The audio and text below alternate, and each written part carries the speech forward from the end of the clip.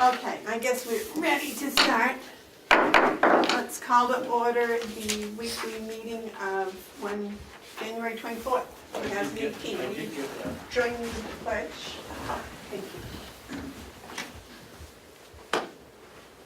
I pledge allegiance to the flag of the United States of America and to the republic for which it stands, one nation, under God, indivisible, with liberty and justice for all.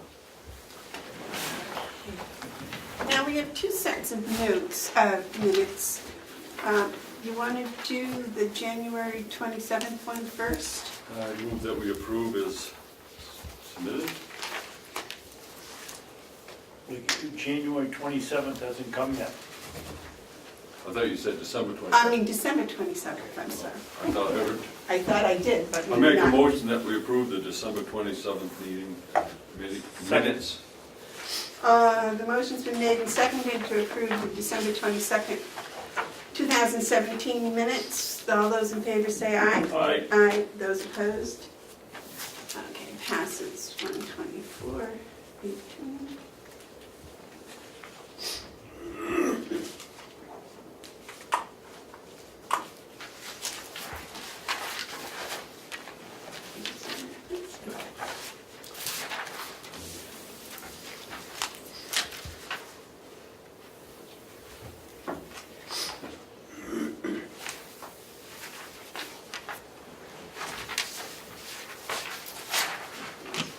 Oops, sorry.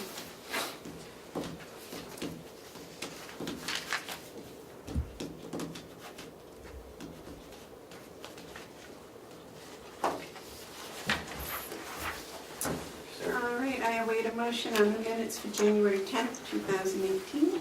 I'll move the adoption of the minutes, January 10th, 2018. All those, the motion's been made and seconded to accept the minutes from the January 18th, January 10th, 2018 meeting. All those in favor say aye. Aye. Aye.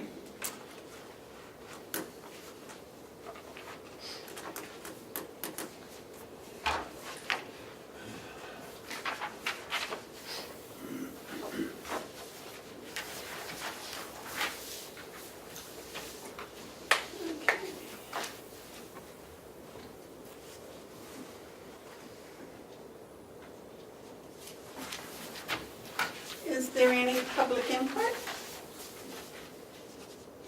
All right. Good morning, Lisa. Good morning. We're talking about the Concord legislation this morning. Yes.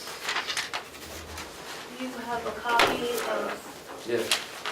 In the packet, you have a copy of a chart and information on several bills that are going, I guess, through the House this year, or and will? the Senate, yes. Okay. These ones are. These are House bills. Yeah. And you think they're going to impact the registry here? Well, I believe that the first three will directly impact the county. You have this. Yes. We Okay. have.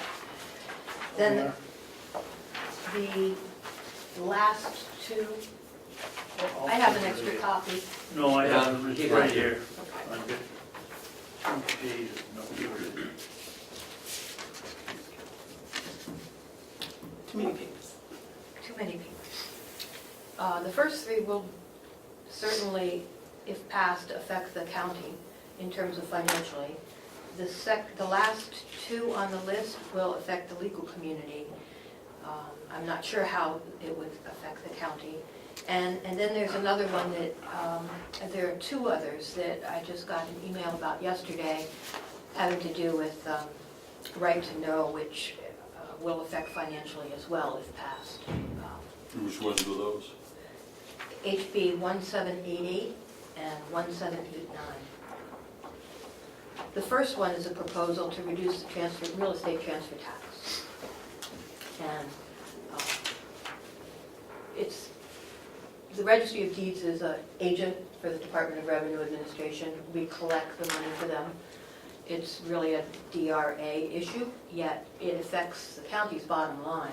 We would have, if this were in place last year, the county would have earned $50,000 less revenue from the transfer tax. And that's, would be projected for 2018 at a similar amount. And that's what this chart is about, is doing the figuring to see how financially it would affect the county. Did you do this? I did. It's very, very helpful, thank you. You're welcome.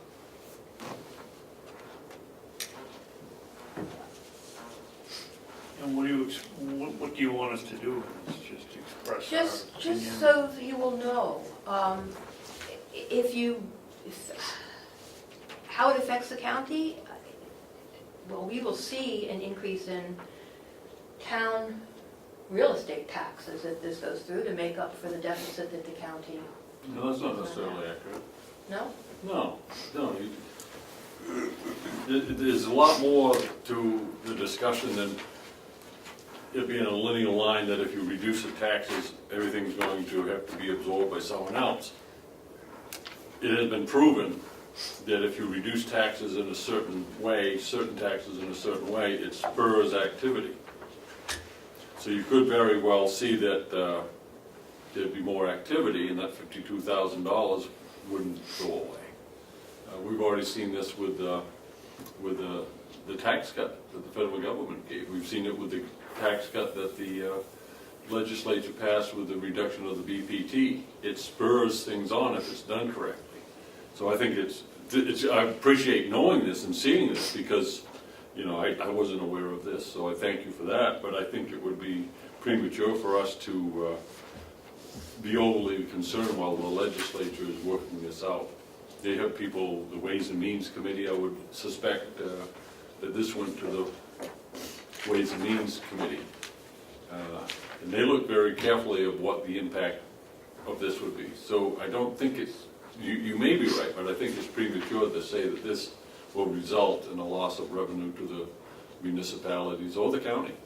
I don't. Based on last year's figures. I know, but based on last year's figures, where the mistake is, we're looking at next year's activity. And we know that when you reduce certain taxes, I'm not saying every tax, but certain taxes, when they're reduced, spurs on the economy. Well, I believe that the decision whether or not to purchase a house would be based on the real estate transfer tax.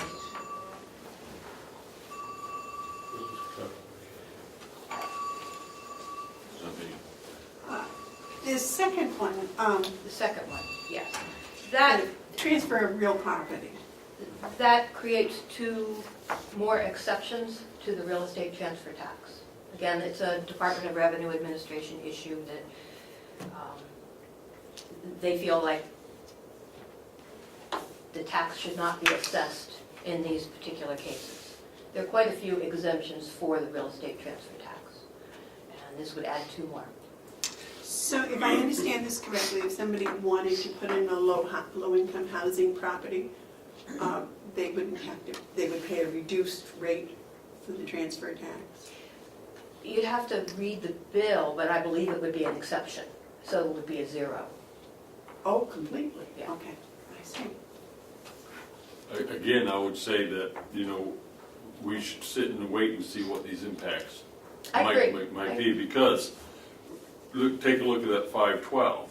Now, I don't know the details of it, but I would look at this and say, okay, if someone is looking to do a federal housing project and they can get a tax break, that might be a key part of addressing our affordable housing problem that we have in this county and in this state. So it's too early to take any position on that. I don't, you know, that's why we have the legislature, but again, I thank you for bringing that up.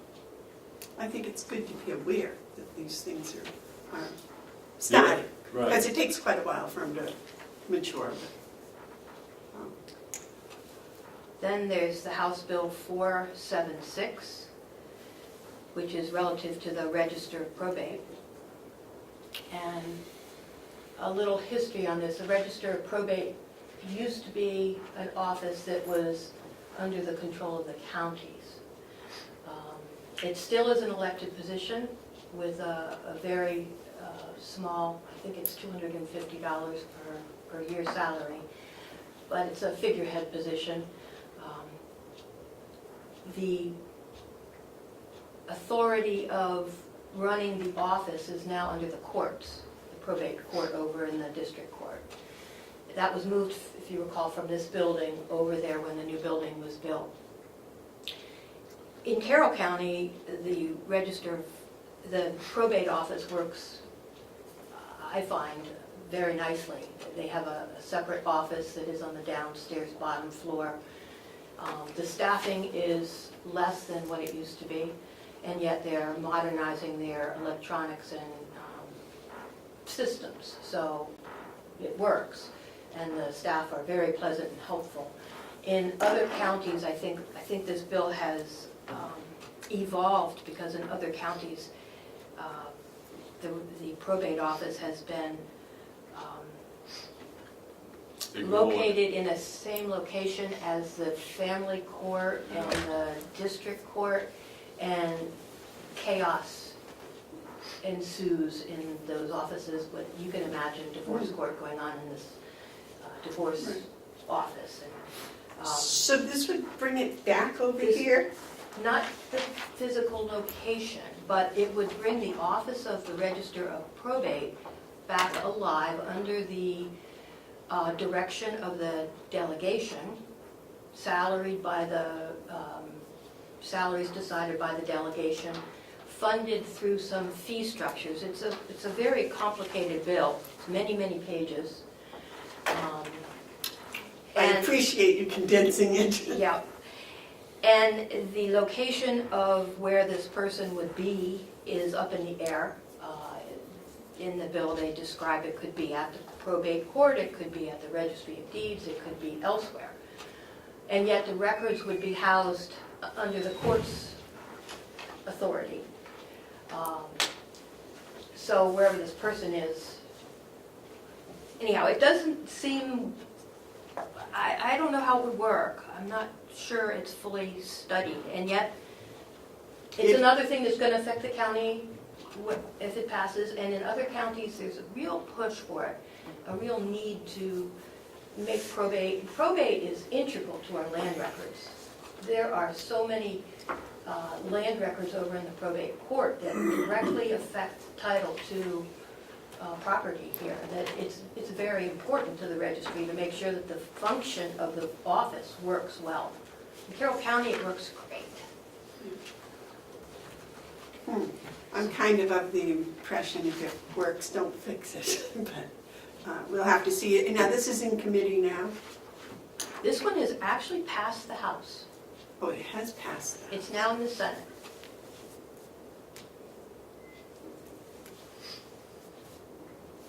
Were any of our delegation members on the committee that studied? 476.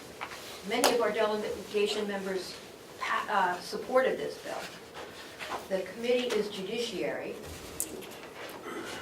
The sponsors are from other counties. They're from Hillsborough, Cheshire, Stratford, and Rockingham. And one senator from District 6. The vote took place on January 3rd. There were 198 yeas and 146 nays. What was the score? 198 yay, 146 nay. So it's kind of equal, but almost. Yes. Okay, so this is tied to a bigger issue. And It is. This is tied to the issue that some have embraced, that the Register of Probate is a figurehead position, which it is not. It is a constitutional position. Constitutional position. Now, there are some, led by former Speaker Donna Sitek, who is a Register of Probate, who believes that the Constitution should be changed and this position eliminated. However, that is not what the Constitution says. And there is evidence, and I kind of think it's solid, that what happened is the judiciary on its own decided to pretty much make it a meaningless operation. There are several, and I'm one of them, who take objection to the the court system, the judicial branch, making a unilateral decision about something that's in the Constitution. The Constitution provides that that has to be done to an amendment to the Constitution, which is all the vote of the people. So in fact, what has happened is the courts have done away pretty much with the probate, except up here because we give room to move, against the process that's in front of us, which is the Constitution. So I don't know if there's a constitutional amendment request before the legislature to do away with probate, but I suspect this is tied to it. I don't know. But it is not a figurehead position, it's a constitutional position that has been neglected by the courts. And so that's why you get the vote, what would you, 200 to 150, something like that? Yeah, Yeah, so you know, there's a discussion going on. There is. that's good. Okay, and the others you said were for the legal community. Yes, the assurance deed would set up a different a process for conveyancing that is different than what we know now. It's more like a land court process. Would that be more expensive to the person purchasing property? If they purchase through an assurance deed, the assurance deed process would have to go through many, many hoops, including surveys and lots of hoops, which would cost quite a bit. I'm not sure of the motivation behind this, but I believe, like it says on page 5, line 21, the ancient records shall not fetter the marketability of real estate. So it would create a point in time when the title would be considered good, and everything behind that point in time would not be necessarily relevant if you had this type of a deed.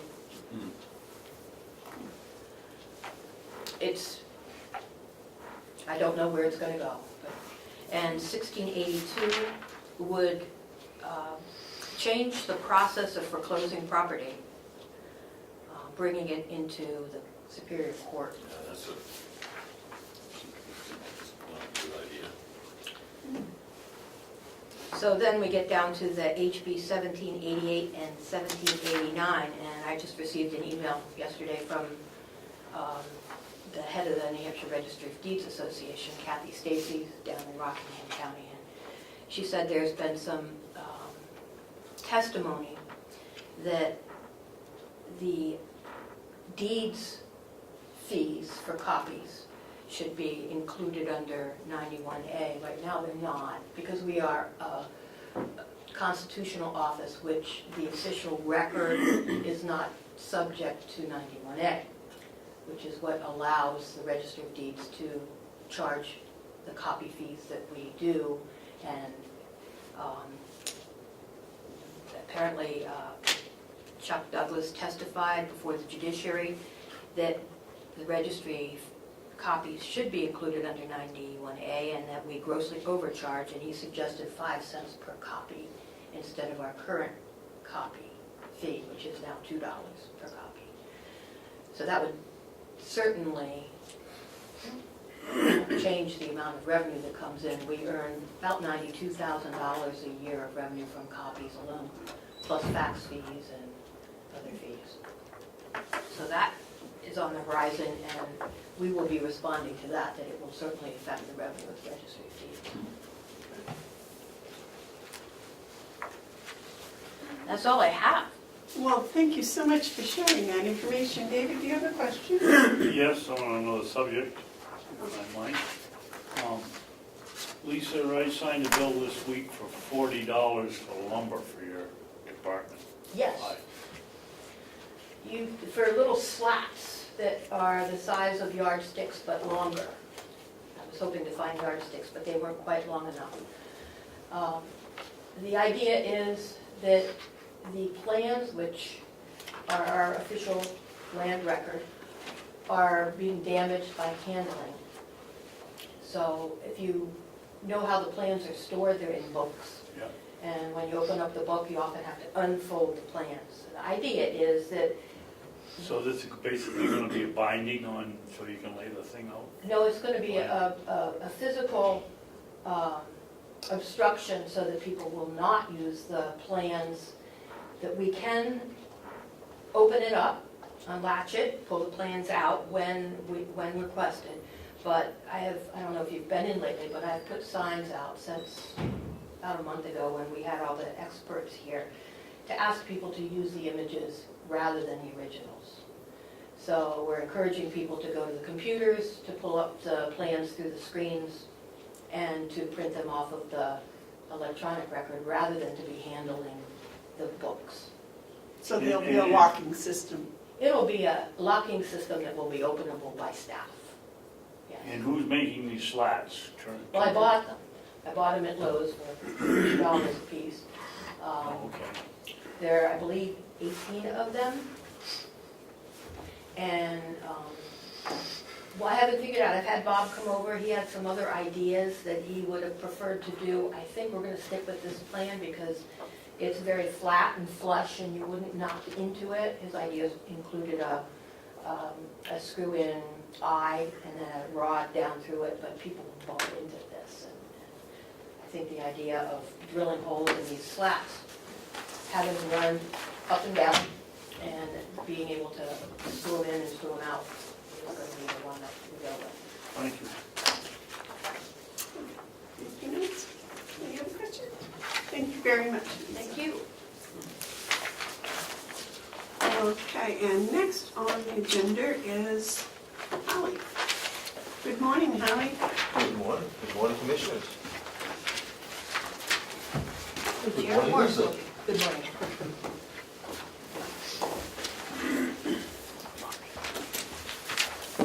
So in your packets, I've included the RSA on utilization of TAN funds and past bills. We're still working on the, are we still working on the Omnicare bill, Mr. Commissioner? Yes. We forwarded this to the Omnicare office, and we've yet to hear back from them. So, that was on, and I think we'll get an update further on in the agenda. I don't know what you're talking about.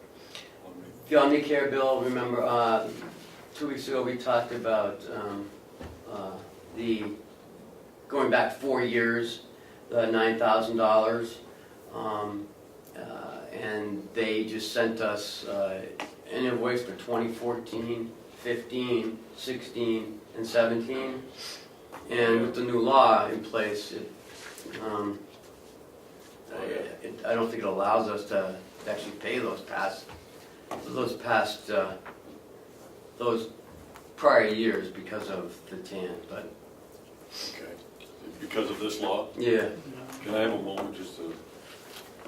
David? Ken, are we gonna bring this up, this McCarthy bill here later on today in this? No, I don't even know what this one is down at the bottom. The county convention and the law, I don't even know what that is. Somebody, I forget who asked me to put it on the agenda. I believe it was about this though. That was my request. Okay. So we'll discuss it when we get there, Okay. or you wanna do it now? Maybe. Well, Howie said, why don't we do it now, and Okay. then we can, is that all right, David? Are Well, you let's find prepared? out what Howie's take on the TAN's funds and what he's here for, and then we can determine whether we do it now or later. Well, I just put Howie's name on it because he's, you know, it's his budget. I give you no advice about the TAN, and it's ridiculous that Omnicare was recently purchased by CVS. And so we speculate that it's a whole new financial team that's coming in trying to correct the multiple sins of the past. Yeah. I'm not sure that we should be subject to it. Paula has been fighting with them literally for years to clarify all this, so that they're suddenly finding things that they've overlooked for years. I'm not sure that should be our responsibility.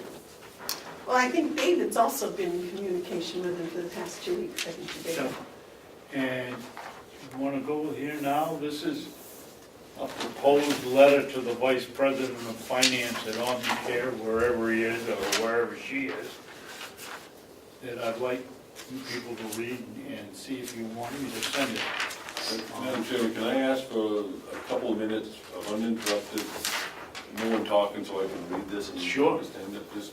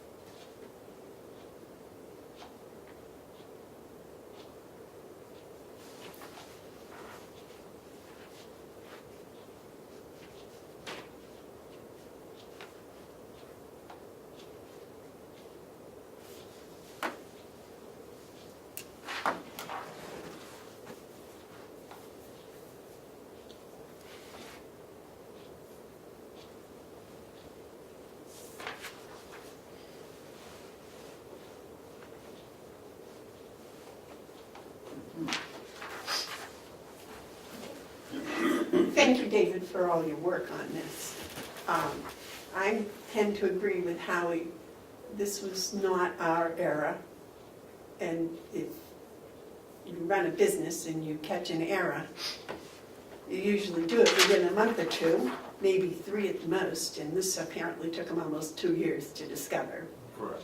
And they've been 2 years meandering around about it. Meanwhile, we have paid many, many thousands of dollars for their goods, and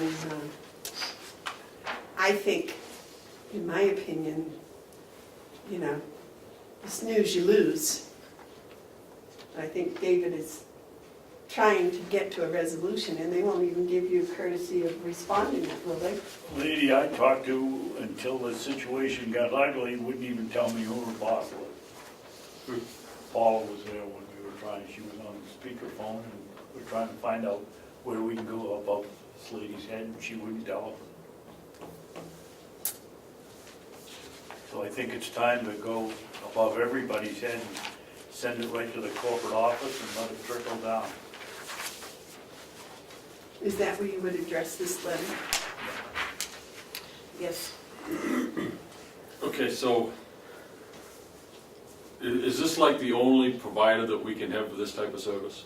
No, in fact, we're getting ready to go out to bid. Okay. There are So- 3 or 4 big players in the So market. this, I like your letter, Commissioner Babson. I think it addresses the problem. I agree with your approach, and I agree with Commissioner Bevard's analysis of it. This is a business thing. CDS bought this company. You know, buyer beware, I guess, for them.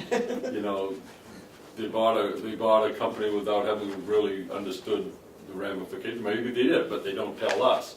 So this is how I look at it. If they insist on being paid, they're going to have to wait until we get the money, because we can't use TAN's money. We can't do that. So they'll have to wait until the delegation gives us the money, and then they'll be able. That's number one, if we pay it. The other thing is that, and we may want to modify this letter, if they insist on us paying it, we will no longer do business with them. They can have $9,000 now or no $1,000 later. This is a strong arm tactic. They don't return our phone calls. You know, maybe CVS better get back to selling toothpaste instead of working with governments. I support the letter. The only thing I would say is tighten up some of the language, and when it comes to a period of 3 years, type out the word 3 instead of number 3. Send it off, and that's that. I will not support spending $9,000 until we have the money from the delegation, and even then, I probably wouldn't be supportive of it. And, Madam Chairman, Yes. to follow up on what Mark says, I talked to Ken, and then I talked to Howie, and Howie's gonna put together a list of the 20 most popular pharmaceuticals that we purchase, and we'll go out for bid immediately. Right. The timing is actually good, because we're getting ready by the start of summer to convert our software, and this would be exactly the right time to make that change, So we'll be looking for that list shortly, Howie. to be sure. And I'm in favor of getting as close to zero as possible in your resolution. What'd you say? I'm in favor of getting as close to zero for your resolution as possible. Okay. because Well, first I of all, just- do you want me to find out where the vice president of finance is of Omnicare or CVS or whoever is gonna own them next week? I'd send it to the CVS CEO of CVS. I surely would. Have they completed the purchase? It has been completed. Okay, well, then we'll go to I'd CVS. go right to the top and I'd send it certified mail, return receipt Absolutely. requested. And if they don't respond to that, then, ha, Is that a motion? yeah. Huh? You made a motion to do that. Okay, I'll second it. Okay.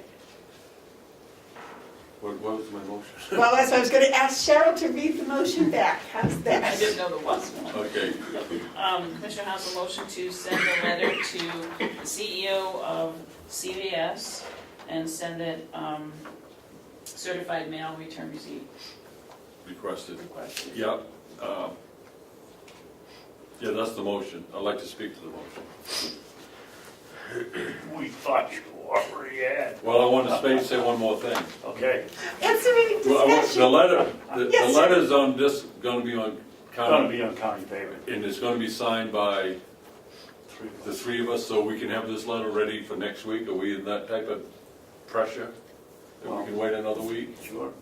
I gotta find out where I can chase down the president of finance for CVS, so.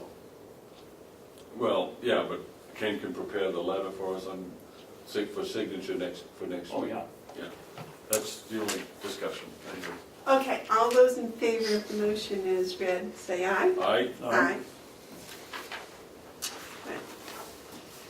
Now, Howie, what did you wish to address? Well, there are a couple things that I have for you. One is actually the consultant agreement with Roxy Severance.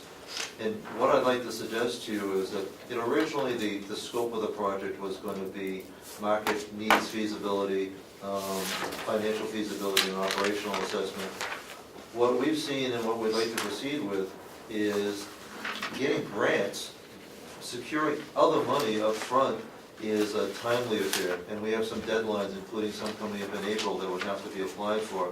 So what I would suggest in the interim is, if the grants are received from the USDA, from the charitable trust, it would allow us to increase the scope of the project. To that end, we've appropriated $10,000 for the purpose. I'd suggest using it as a retainer, and looking to Roxy to identify, much as we would with an accountant or a lawyer, a specific project that we wanted to do. In this case, to apply for a specific grant with a cost not to exceed X. And deal with it a little bit piecemeal as we get started, so we can get it started sooner instead of later. May I ask who the "we" is? The we, The "we." You keep saying "we." well, we the county, get started in terms of, with Roxy being our representative, in investigating and tentatively applying for outside grants, The county. the county. Yes, Commissioner. Me? Yes. Okay, so I've no problem with that, but before we do that, we need a proposal from RS Consultant for us to be able to move forward. So where's that? Well, I'm trying to get the rough outline of that from you this morning. If you're willing to look for this retainer sale, the classic agreement would be that RS Consulting, for a fee not to exceed $10,000, would provide these assessments. the marketing, the needs, the feasibility, and the operational, and you're paying for kind of an end product report. I'm suggesting that it could be in our best interest to treat it as a retainer and to have the agreement say that and this would all be reviewed by the commissioners each time. So it's not, we're not giving a blank check to me or to her. But in this case, to say that we would want her to pursue grants for a total cost not to exceed $2,000 of that $10,000. And because if those grants are received, it might change what the balance of the feasibility study would be. In fact, there's some potential for some of these grants being more than what would pay for feasibility, but they could well go into land planning and actually, we're talking about some grants that could be in the tens of thousands of dollars range that could significantly change things. Yes, sir. So we know that this study cannot be adequately done for $10,000. We've known that all along. We've known all along that we need to go after grants. That's something that we need all along. Now, procedure tells us before we can enter into any agreement, we need a proposal. So I would like to see a proposal. And if it's in the language that you suggest, then that's fine. But I need a proposal before I can vote to release that retainer money that we have encumbered for this purpose.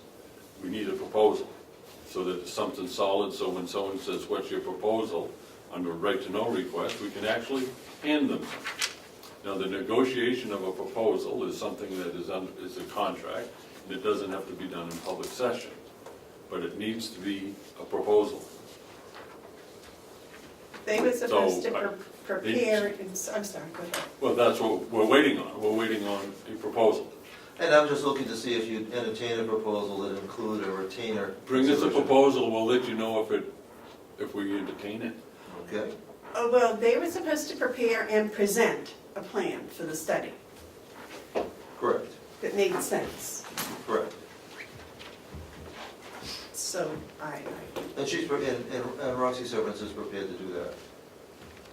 But neither of us were clear whether or not doing it on a non-traditional retainer basis was something the commissioners would even consider. But we'll put it before you that way, and you can consider and accept or reject as you choose. all right. Now, you had something else in here for us? The other was, Excuse me. Mr. Hounsell, Yeah. we're still in session. Yeah, I understand. There's a quorum there. It's in America, I can come over here and speak. Yes, you can, but you're It's a little rude. Well, not even talking about that. I'm in. I can't hear with Yeah, the sorry. background noise. Sorry. Okay, Howie, the Baker Newman noise, is that it? Each year, we need to submit to Medicare and separately to Medicaid what's called a cost report. That's the basis for our reimbursement. Essentially, it's an audit of our financials specific to Medicare, specific to Medicaid. And traditionally, it's been a separate auditor, Robin Reed, for years, and for the last 2 years, it's been Baker Newman Noyes.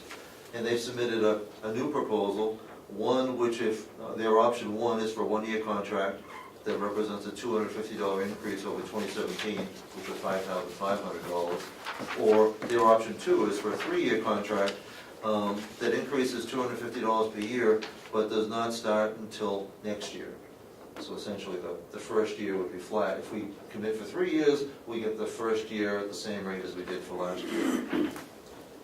Yeah. So does this come under a renewable contract? Well, it's not auto renewable. It's for decision at this point. Yes, David. It's also over $5,000. Have we gone out for bid? We have not. Don't you think we ought to, since that's the law? Well, it is the law unless the commissioners unanimously vote to waive that requirement. Yes. When it comes to audits and things, I understand the need to look at other auditing firms, but we did go out to bid 2 years ago, if I believe. Which is how we got Baker Newman. Right. And there aren't that many companies that do the Medicaid, Medicare cost report, and they already have all our information. That's all I wanted to add. I mean, I understand, but I don't. So there aren't that many companies that actually do the Medicaid, Medicare cost report. So what is the downside, Ken, of going out for bid? Just another 2 weeks. That's all. Is there a time Yeah. problem here? It is due in May. How long does it take to do it?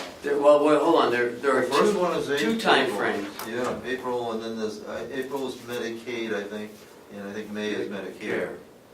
And what's the reimbursement that we get? Reimbursement from Medicaid is about $260 a day.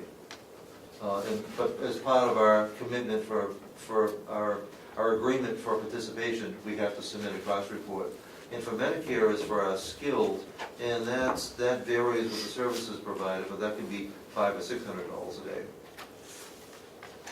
So it's well worth the money invested in the audit. It is, in fact, we really have So no we have choice to, for the right? Medicaid, and it's to our benefit for the Medicare.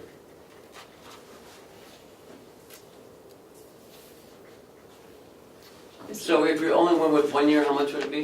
The 1 year would be $5,750. Be $250 more. So could you read these figures to me? So if it's 1 year, it's $5,750.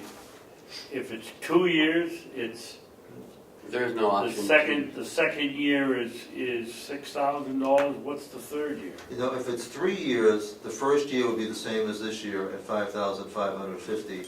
The second year would be $5,750, and the third year would be $6,000. And where does it say that? It's, Page 2, Page 2, Mark? page 2, I think is. Right at the bottom, but it doesn't Option. say that. Did we pay $5,500 this year? we did for 2017. So it's Oh, well, got- for 2016. Still don't see where it says something about 3 years. So it's option 2. And professional fees, you got option 1, and you got option 2. Oh, okay, okay. So you can go 1 year.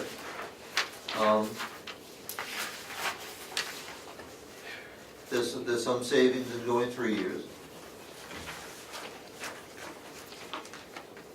But what I might recommend that if it is your intent or desire to go out to bid, to go with 1 year, and for us to then, for next year, go out to bid, although I'm always cautious. I mean, there are some things, from what I understand from other facilities, this is a fairly standard and certainly reasonable price.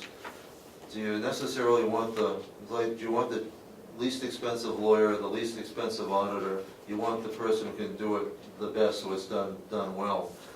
These people are the best, and partly because they do it so much, their costs we're not paying more for getting more. David, you had a question? Yeah, I can't vote for this as it's written here. We estimate our professional fees for the year. If they change that to our fee for the year is such and such, I vote for it. We can't leave the door open. We've done that before and it's burned. Not with this company. Where does it say that, sir? Option 1.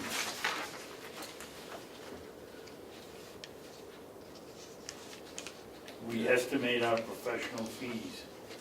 It should say our total professional fees. Yeah, it should be an all-inclusive. Our fee will be for the year ending December 31st, $5,750. Yeah, I agree. I would agree with Commissioner Babson. That's an open-ended proposal. And so is the bottom paragraph. Yeah, I just read that. I mean, out-of-pocket expenses could be most anything.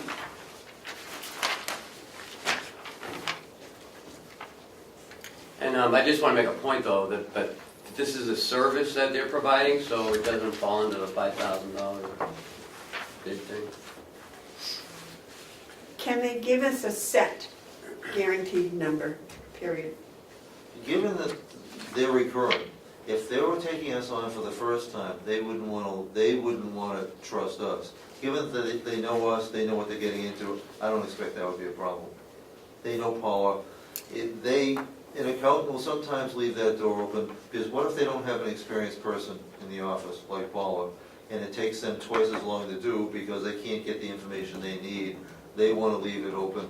Given that Paula is there, they've done business with us for the last 2 years, I expect that they'd be able to give us a fixed price. I would be more in favor of going with a fixed price, yes, David. Why don't we table this until Howie can come back with an answer to that question? A fixed price. Fixed price and no expenses. I think that's reasonable. Is that a second? Yeah, well, I don't know if you need a motion. Did you make a motion to table? Well, Let's bring it back. We'll bring it up when Howie comes back with the answer. Okay, Howie? Negotiate. And the last thing he has is a funding transfer request. We have the last of our agency. The nature of agency is, it doesn't really, some things go close to the end of the year. Agency staffing goes to the last minute of the year. We're talking New Year's Eve. And so that we're requesting I don't want to get specific, $5,000. $5,000 that would, so I'm using, it would be coming from line item LNA salary, $351.40.07, and it'd be going into $351.50.023 agency for $5,000. Okay, good question. Yes, Mark. According to this, you've already expended that line. Yeah, we've already made 2 other transfers into that line. So this budgeted amount doesn't reflect subsequent transfers? No. Okay, so what's exactly an agency? You gotta help me. Agency is contract nursing staff and occasionally contract LNAs. Oh, we missed that by quite a bit, haven't we? Well, of course, our goal is, it's really difficult when we have a nurse that's out, whether it's for, especially in FMLA, you get a full-time person out, you can't replace them with per diems. So you end up contracting out either, now we've had good luck, Lori this year started with using local tenants, traveling people at about half the cost, but that half the cost is still about twice the cost of our own staff. And that's one of the hard parts about being a small place. When somebody's out, they oftentimes have to be replaced, especially for the licensed staff. Well, hopefully the new contract will alleviate this some. Yeah. What was our expenses, if you can, not that you should know it, but in 2016, what was the agency? 2016, I think we spent a little like $60,000. It was a good year for us. So we had 3 times as much in one swing in 1 year. And 15, it was about the same amount. So we saw a dip last year, In 16, we saw a dip. but then it rebounded Yep. Last year. threefold. Yep. Because on this line item, we're 50% short. Well, and here's the matrix that comes to play. At some point, in order to avoid agency, we need to be re-looking at what we're paying our staff. What do we need to do to otherwise attract and retain staff? And it might be less expensive for us to pay more than it is to pay agency. And those are non-union staff. right? Correct. The RNs are, the LPNs are union. Yes, sir. So when you're looking to transfer at this point, are you transferring 18 money or 17 money? 17 money. How are we transferring 17 money if we? Because the bill was From some. incurred in 2017. Mhm. And these charges were this was till December 31st. Okay, so I'm just taking a moment to understand how this whole board thing works. So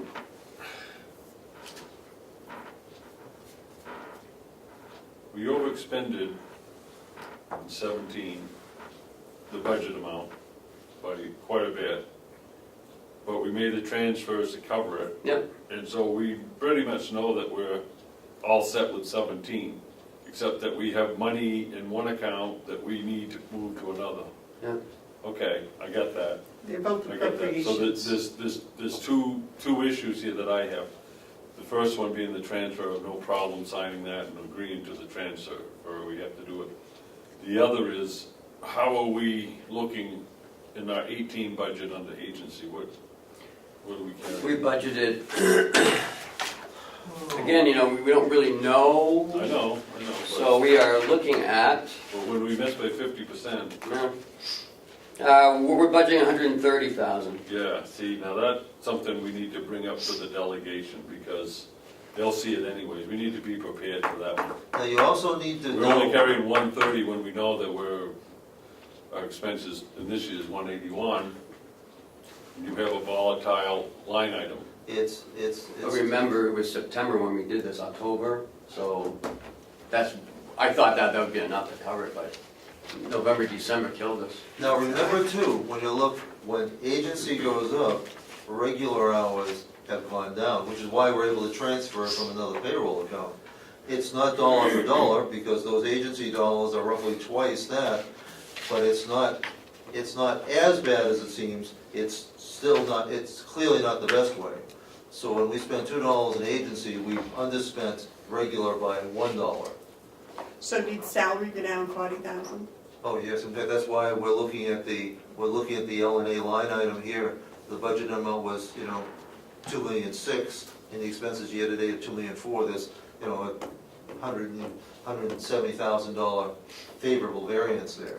2.6 on that line item is we get more bang for a buck when you spend out of that line than we could do out of agency. About 2 to 1, clearly so. So what we're seeing here is the need to encourage people to stay on the job so that we don't have to go to agency, and that again speaks to the value of the new contract. Yes. Exactly. That's going to help, but we still have quite a problem here. And I don't think it's a fault of anyone, I think it's the condition of the nurses' pool and everything else. Howie had a good idea about if you don't call in sick for a month or a quarter or something like that. Well, there's a good portion of our agency use, we have the people that are out in FMLA, they're out for 12 weeks. But what hurts us week in, week out are sick calls. And right now, we incentivize people to be sick. We give them 12 sick days. We don't, except for those who can go 3 years without missing a day, then we buy back time. There are not very many people, especially with our hourly staff, who can meet that threshold. So I think we need to look at something that shortens that to monthly or quarterly, where we can thank somebody. It's effectively budget neutral.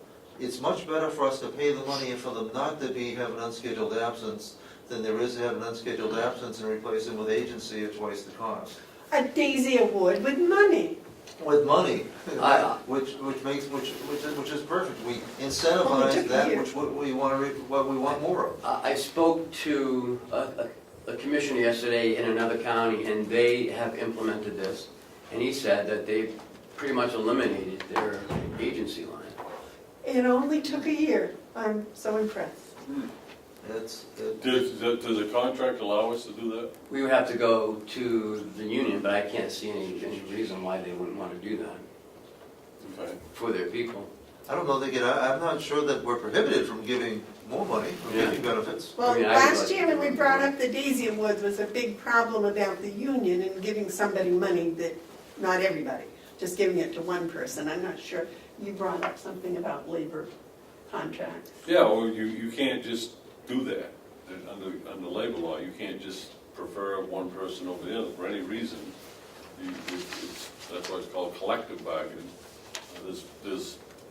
There's language you could put in it, and if we don't have it, we need to put in it before we can do it. But I'd rather pay our own people than to pay Absolutely. agency. From a quality perspective, Absolutely. it's predictability, it'd be better all around. Well, It'd be significantly less expensive. on your 2-to-1 thing, what we spent $181,000 on, if it was up in the salary line only, we didn't have to have that, it would have been 90,000. Exactly. So this agency situation, this labor situation is costing the county about 90,000 a year. So if you look more into that, Definitely. if you contact that county that's actually doing it, Have they done it for a full year, Howie? I don't know. There's a couple counties doing it in different ways, but they've had good luck with it. And it can be effectively budget neutral, given that we're buying some Yeah. time back. We're budgeting for it anyways, we're just doing it, we're just changing the schedule of the buyback. So is it okay that, do you guys approve that transfer, or? I think we have to. Yeah, I don't, Who would like this? If you have them sign it? this is fine. Well, we gotta have a motion. I'll make a motion that we approve the transfer from 3.5140.007 line item L&A salary to county line item 300,515.023 agency in the amount of $5,000. Second. Okay, the motion's been made and seconded to move $5,000 from the LNA salary line to the agency line. All those in favor? Aye. Aye. Those opposed? Okay. Oh, is that the official one? No, I think they're the same thing.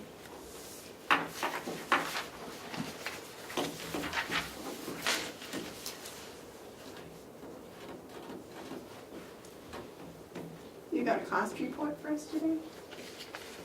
No? The cost report was the discussion. Well, we already did it. We discussed it. Well, that was Baker Baker, Noise. that was Baker Newman Noise. Oh, okay. They do, they're the, and I'll get a I revised thought it was proposal. that, you know, there's Oh, the metrics, all the slides? the graphs, yeah. Sorry. Inverted tree folder. Yes. Okay. Anything else for us, Ted? That's all that I have for you, Commissioners. Well, thank you very much for coming over. Thank you. The next is the sheriff with the medication boxes. And we've got some bids for the cruiser as well. Ooh.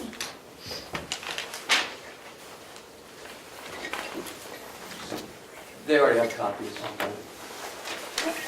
We do. We do these. So, Rite Aid,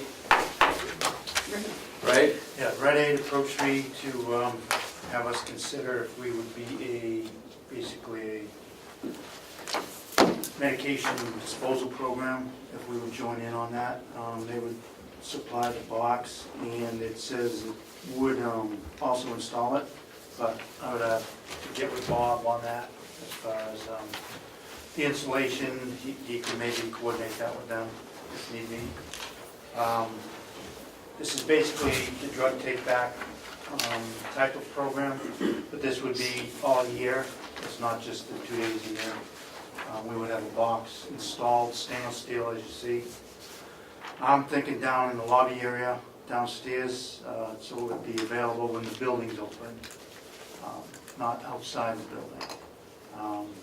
Put it in the area where the camera has it in view, and obviously, we always pretty much have myself or someone else in the building to make sure it's not tampered with. It is tamper-proof, it's locked. We would be responsible for disposing of the drugs as they accumulate, which is done in concrete. We can take care of that. David, you had a question? A couple of questions for the sheriff. Sheriff, did they contact him from Rite Aid down here? It came from, I believe, their corporate. Okay, because down here is gonna be Walgreens. Yeah, but they next week. did say that because we're in an area of the Rite Aid within so many miles, that's why it was brought to our attention that we would be. The other thing that's come to my attention since you and I talked about it, I never thought about bolting it to the floor. And I think Bob has a concern too. Are there any other alternatives? I'm not sure, I'll have to look into that, but Can we whether change it's it to the a floor deputy or- and have him stand no, up no. there? or- If you want to pay 24 hours a day, Okay. sure. Can we go through, is there any other metal that we can go through, chain? I think you want it Does it secure. require that we bolt it? I would not take it if it was not secured, personally, so that would be my opinion. You just lag bolted down, right? You That'd be my thought. thought of. Yeah, you have to drill holes into the concrete. It would be a permanent mounting. Yeah, If you put the it- box ever went away, we'd be left with holes. Oh, That's it. Wait a minute. Well, you could cut the bolts off. Yes, Mark. You'd bolt it down, probably, you would drill a healthy shield, you put it in and you bolt it down, and then after, if you did take it back, you patch the floor. Yeah. that's my thinking. It's not an impossibility, it is something that has to be done. Since the sheriff said unless it's bolted down, we're not gonna have it, so I have no problem with it being bolted down. My question is, how much does it cost the county? Yeah. And the other thing is, do you think you could make arrangements with Chief Wagner up in Conway? They got a burn box up there that They do, that would save you a lot more traveling time than going to Concord. that possibility's there. I have not 100% coordinated that with him. I just think if you, They have a permanent box also. I think they may be the only other one in the county. but they also have the burn box. 'Cause They once do, I'm not sure how much that takes. I was I told know it took everything. when they got rid of their last one, I think they brought it to Jackson during the drug take-back day, because of the amount. They said they've only had to empty theirs up in Conway once a year. So it shouldn't be a big deal. If it can be burned, then we'll do that, but if it's just a matter of bringing it to Concord once or twice a year, that won't be a problem. Could we put it right around the corner in the registrar of deeds office?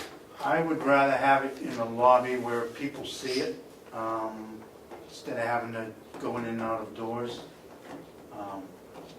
And I think I don't want it to be a nuisance to any one department. I would think that, that Christmas tree sits there and doesn't cause any interference with traffic or anything. That might be a nice, because that way it's inside the locked door, so if someone comes in to call dispatch, they aren't near it. And yet, everyone can see it when they're in the hall. I'm not sure. I don't know. Do you want it, Don? Do I want it? Yeah. I think it's another tool for obviously the crisis that's going on. They do have 2 days throughout the year that I know of, throughout the state for people that want to apply for that day. That seems a lot of paperwork just for a one-day affair where you have to man that post Yeah. for that time. So again, I think this area does not have anything like this. We were offered it. I think it's certainly not going to hurt the fight against what's going on, so I I'd personally be okay think, with it. I knew if you go to the hospital with a broken leg or something, they send you home with a whole bottle of Percocet or something, and you might need 6 or 8, and then you have this bottle, and if I knew there was a place, then within a week or two, or as soon as the leg was mended, I'd just take it and dump it. It wouldn't have to, put it in the medicine cabinet and hope nobody came in my house and took it. Not that there's that much traffic in my house, but. Who has a key to it, Don? You and? We would have. Okay.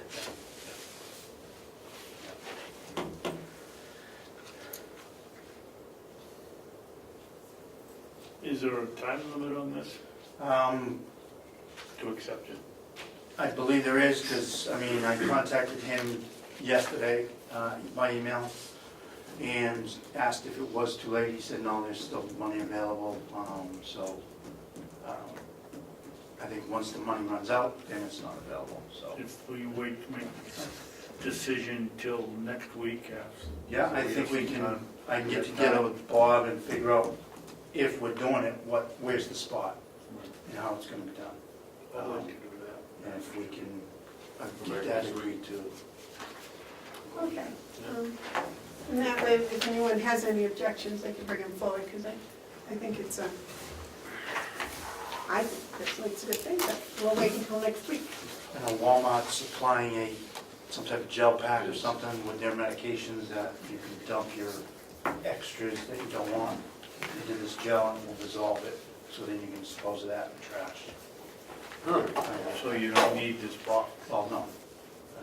Not everybody gets their medication at Walmart. In the future, maybe, but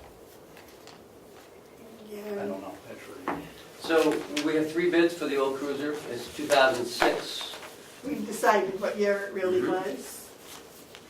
Yeah, I'm doing it. I don't know what happened there. Okay, we each have one. Let's open it up and see what we have. Now, the procedure for opening bids is to read each bid, decide which one appears to be the least, and then you and Dominic. No, on something like this, it would be the lowest bidder. We could waive the arrangement on this one, because we're looking to sell something. Right. It'd be the highest. Yeah, sorry, yeah, the highest bidder. Well, if it's acceptable. Okay, I have a bid in the amount of $502, and that is from Christopher Pepin. David? I have a bid here from Russell McGowan of Meredith. And his generous bid is $900. Mark? I have a bid from a Mr. Stephen, I hate to mispronounce someone's name, but Antoniadis, Antoniadis, from Ware, New Hampshire. And his bid is $851.25 for the 2006 Ford Crown Victoria, payable in cash. It would appear the $900. Mr. McGowan's at $900 would be the high bidder. You win again, David. Yeah. Sheriff, why are we selling this vehicle now? It only has 150,000 miles on it, and it's probably had 8, 9 sets of new windshield wipers. These cars are kept up to date. Are they that much of a danger to your department? Well, this- 150,000 miles on This it? one, the history with this, it's actually a jail. Jail cruiser. vehicle. It wasn't a sheriff's cruiser. So this came back from the jail to sell off, because we've been doing the sales. That's why they come back. And you've been doing an excellent job. But 150,000, that's pretty much the number that they all go at. Why? Because you don't want to begin to incur costs. Crown Victorias lose their frames when they get that old. It's a shame. And this is the It's last only 12 years Crown old. Vics in the county, actually. Yeah. It's the last one. You know, you have people like myself that buy a new vehicle and they just run it until it falls apart. But there is a point where you start spending money and it gets to the point where you're spending more money than it's worth. And then you have other people that every 3 years, they trade for a new vehicle and they never pay repair costs.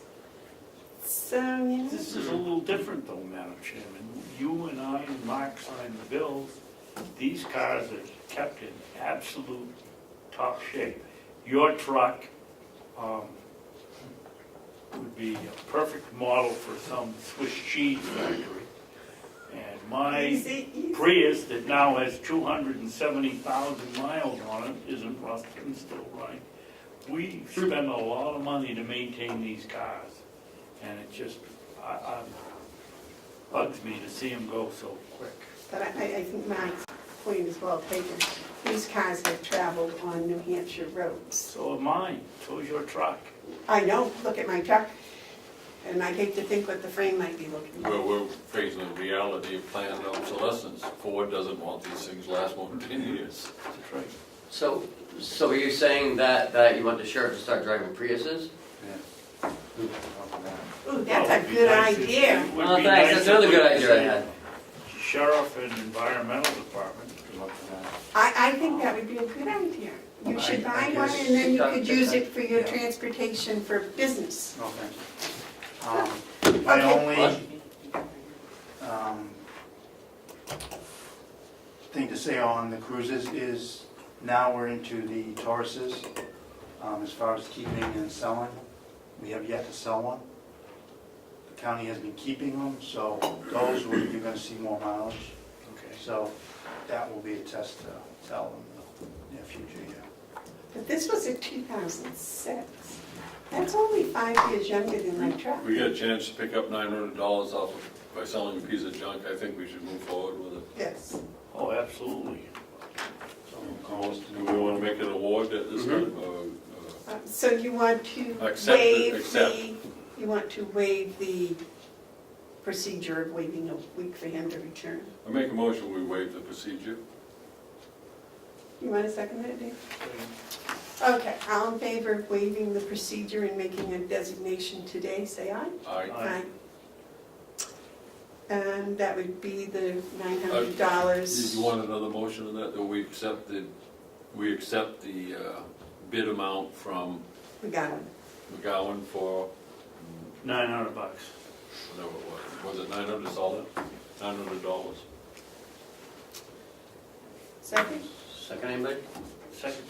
Okay, all those in favor of accepting the bid for $900, say aye. Aye. Do we send thank you notes to the other two for bidding? We don't. No, we don't.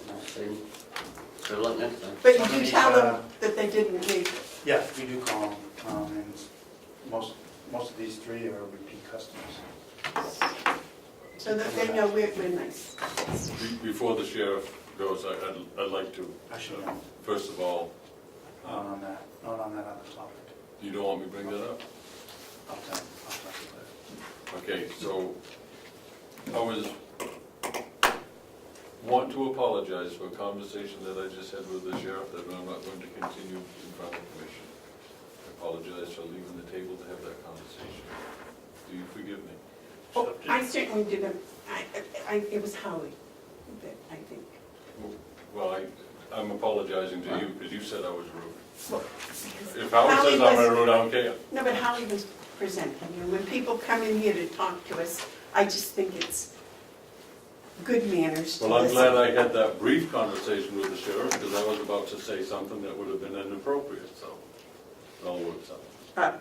It always works out. But I apologize to the commissioners for leaving the table. I mean, except. Accepted? Do you have anything else first? I do not. Okay. Thank you. Thank you, Sheriff. Have a nice day. Be careful of the ice.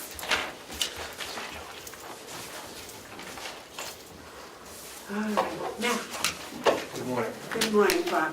I'm sorry we're going to drill holes in you. It's okay, it's all for a good cause. I just had that in my hands. What did I do?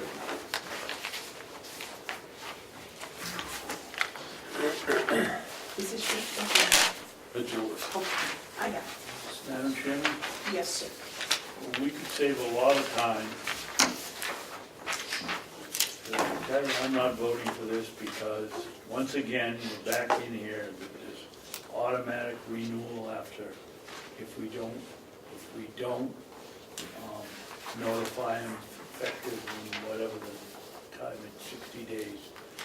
We've made an effort over the last 5 years that I've been here, or 4 years, to get rid of any contract that has an automatic renewal date. And poor Bob in this one someone's gonna look through the cracks. I don't think we should do anything this with them until they agree to take that out of the contract. I thought they had. Um, I'd like to speak to that if I may. Yeah, why don't, can we let Bob just present, and then we can Yep. discuss? Would you like to present about the contract and what it's Yeah, for? thank you. With discussions with the representative from Stericycle, they're willing to entertain any changes of wording to that clause.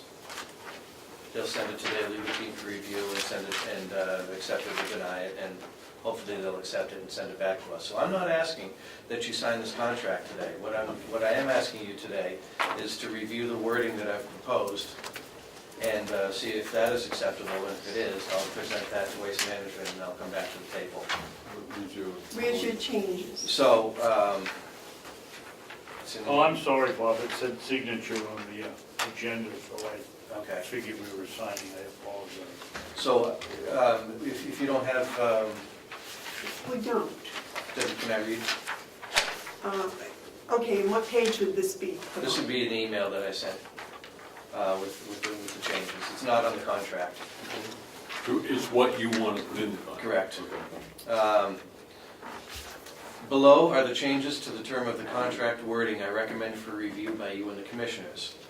At this point, I'll be not asking commissioners to sign the contract until I make the negotiations, blah, blah, blah, okay. Additions to addendum. The addendum is what you're going to find on page, I guess that's page 4. Although the new contract does not reflect fuel and environmental surcharges, it shall be noted in the addendum that for the term of this contract, no additional surcharges such as fuel and environmental shall be assessed. The point of that is they had verbally agreed to remove any fuel and environmental surcharges, excuse me, not fuel and environmental, fuel and energy surcharges. They've verbally agreed to remove those, and I just want to see it in writing. Okay? The second part of that is additionally, under the terms and conditions, paragraph 2, terms and pricing, Stericycle agrees, Excuse me, Bob, where is that? page 2. Page 2, I highlighted the, Yeah. Okay, terms of pricing, that's what. under terms and conditions, paragraph 2, terms and pricing, Stericycle agrees to strike the automatic renewal clause worded, subject to the provisions below. The term of this agreement shall be 24 months from the effective date. A, this agreement shall automatically renew for the successive terms equal to the original term, each an additional extension term, unless either party has given 60 days' notice in writing during the 6-month period prior to the renewal date of its desire to terminate the agreement. And I would like to replace that clause with the words, upon completion of the 24-month term, starting at the effective date, this contract shall automatically expire and convert to month-to-month terms, or a longer term may be negotiated. Oh, I got it. That seems to address Commissioner Babson's Yeah. desire, and rightfully so, to not have turnover contracts. So it would only renew 1 month at a time. Correct. But can you add in there, Bob, you said month to month. Month-to-month, which is monthly billing. Month to month at the Agreed on price. expiring contract price. Well, I don't think they're going to do that, based on the conversation I had, because the terms are more favorable pricing if you go with a longer-term contract. So I think what we need to do is to see what happens when this contract expires. Negotiate with them and see where it goes. Maybe we go elsewhere. Maybe we, Can we put that in and eliminate the month to month? Just say it will expire, period? I can do that. But I was giving them the door that we still would like to do business, but we'd like to renegotiate our terms. The thing about if we don't give them the month-to-month option, they're going to be paying more attention not to lose the account. That's my opinion. If you say, okay, you can go month to month, and they can say, okay, we'll do it, but we're gonna jack it up 10%. So that could leave us in the lurch. What you would have to do, though, is flag it for yourself, so that you would know if they were gonna be interested in another contract. I think we'd notify them that we'd be looking to renegotiate, and I think it would be prudent to look elsewhere too.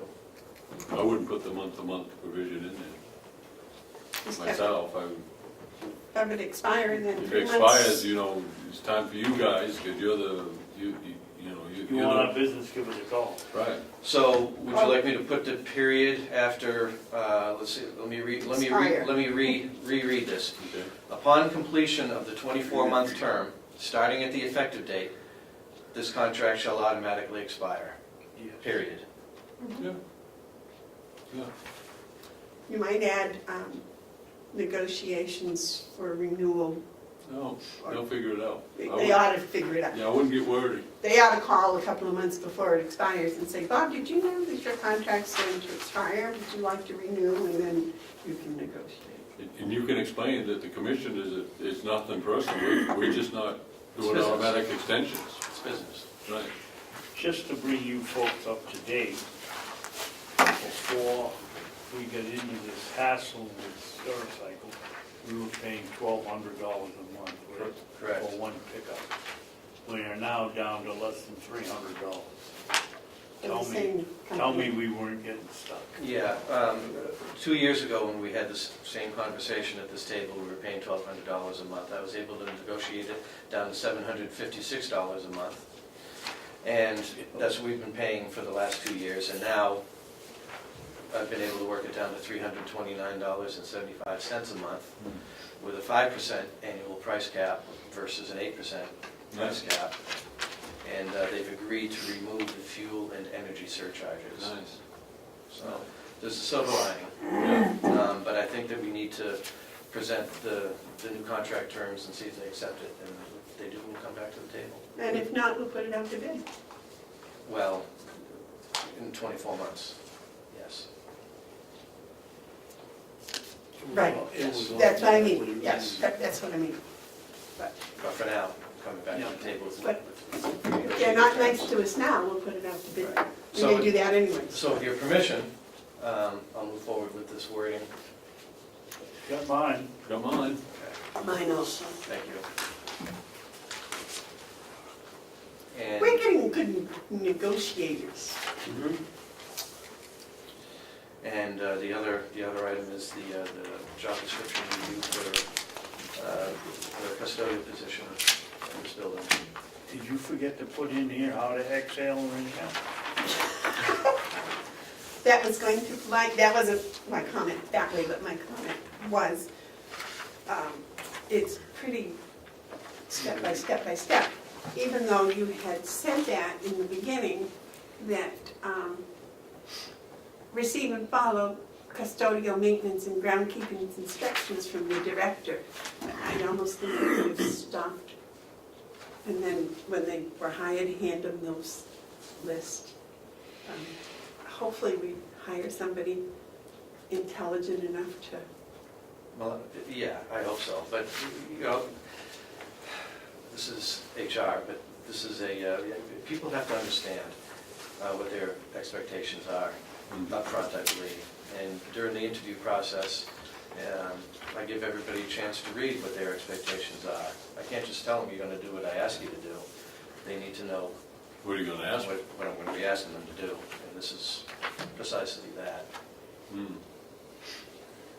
I think it's very well thought out, and it's the type of thing that you want to have out there, because it heads off future potential problems that may arise.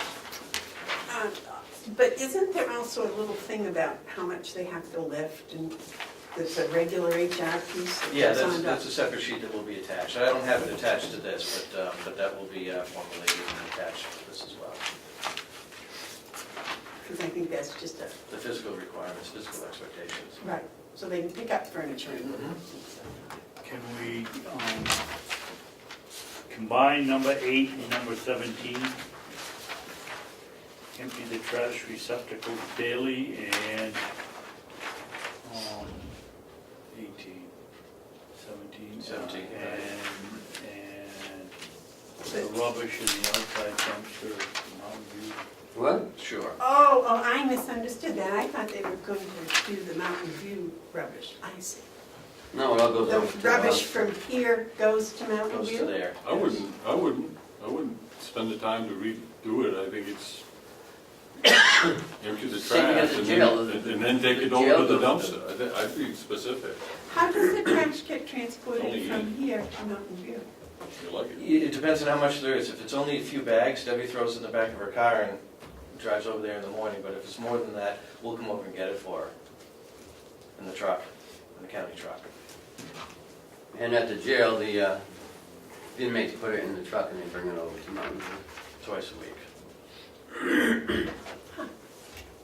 But the central trash receptacle is at Mountain View. Beside the annex, isn't it? No, it's at the loading dock. New building. So, do you guys like this? Do you accept it?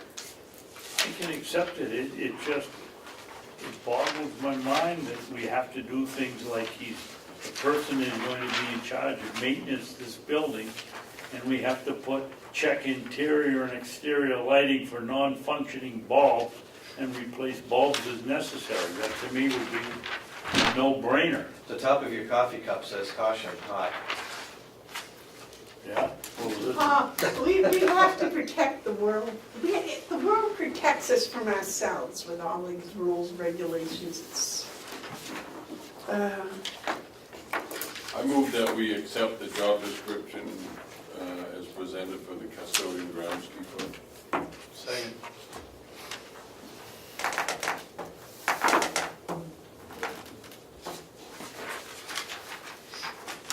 Okay, the motion's been made and seconded to accept the custodian groundskeeper maintenance department position.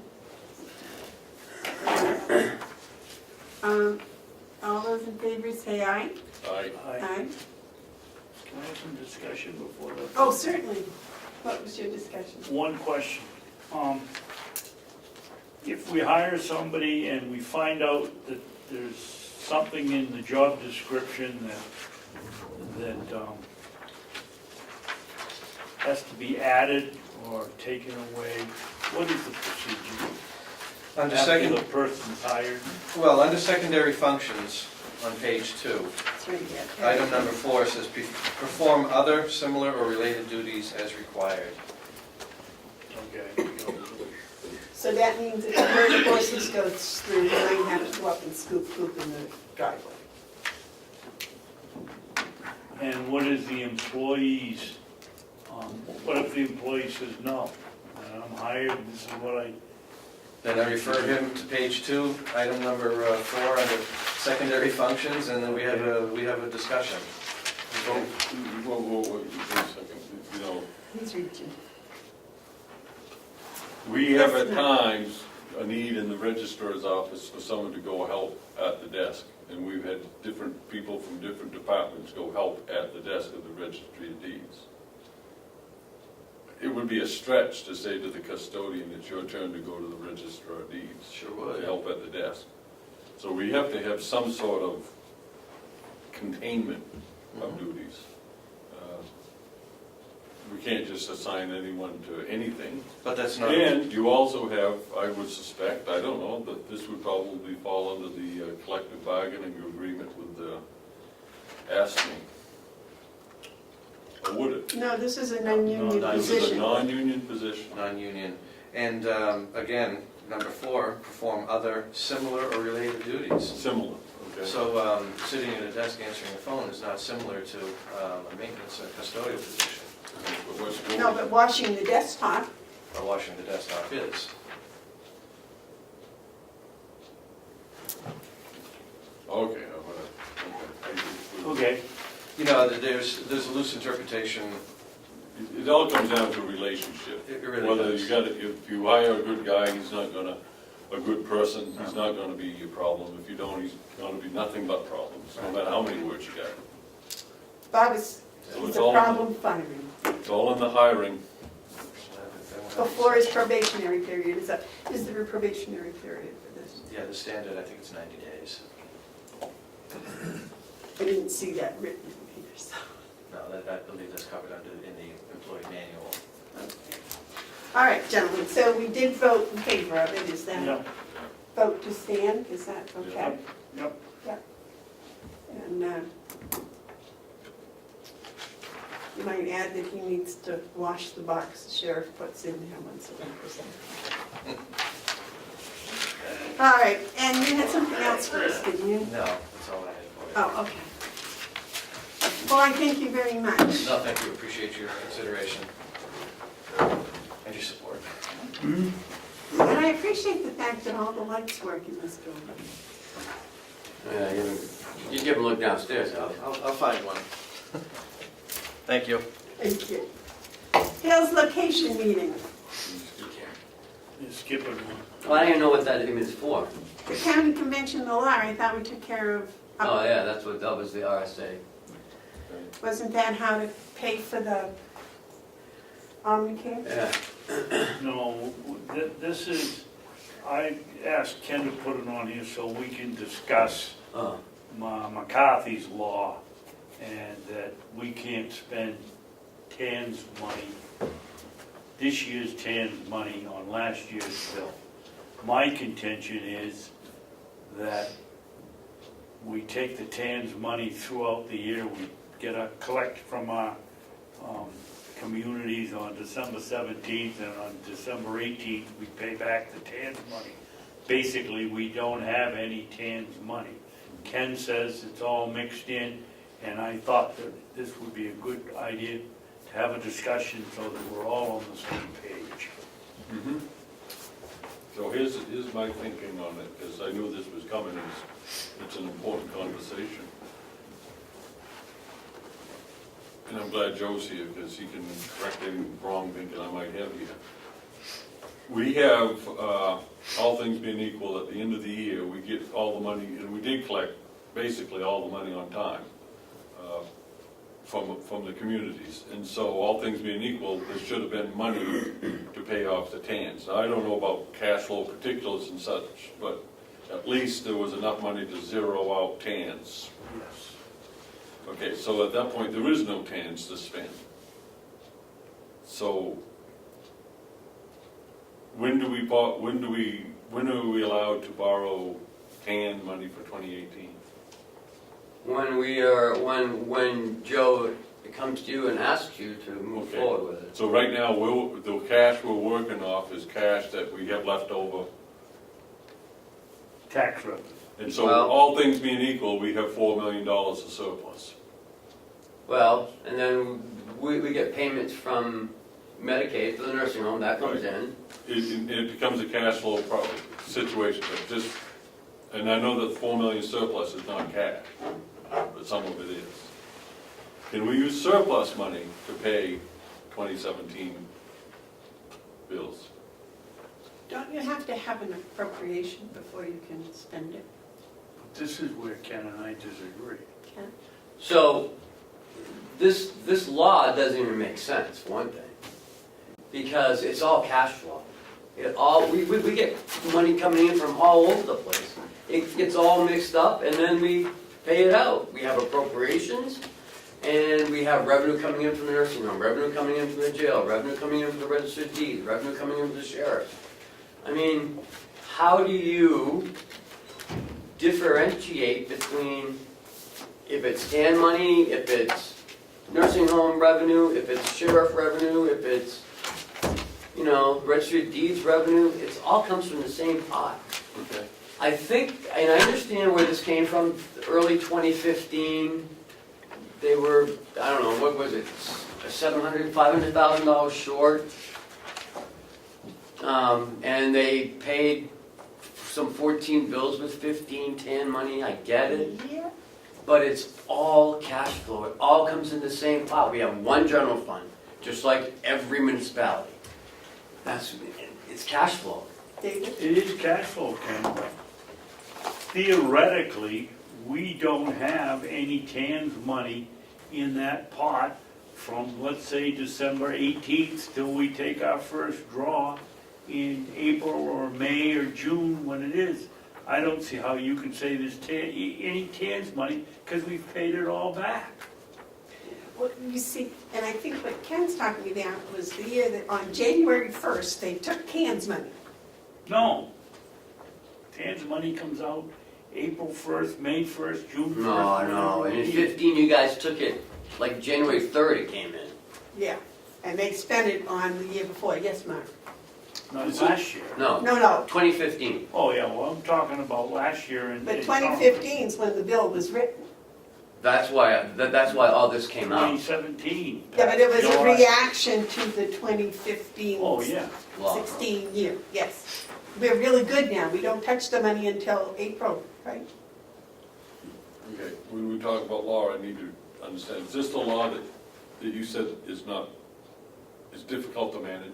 Is this the one? No, that's, This is the one that's in my yes, packet. yes. This is the one that you're saying is difficult, It doesn't even make sense. doesn't make sense, okay.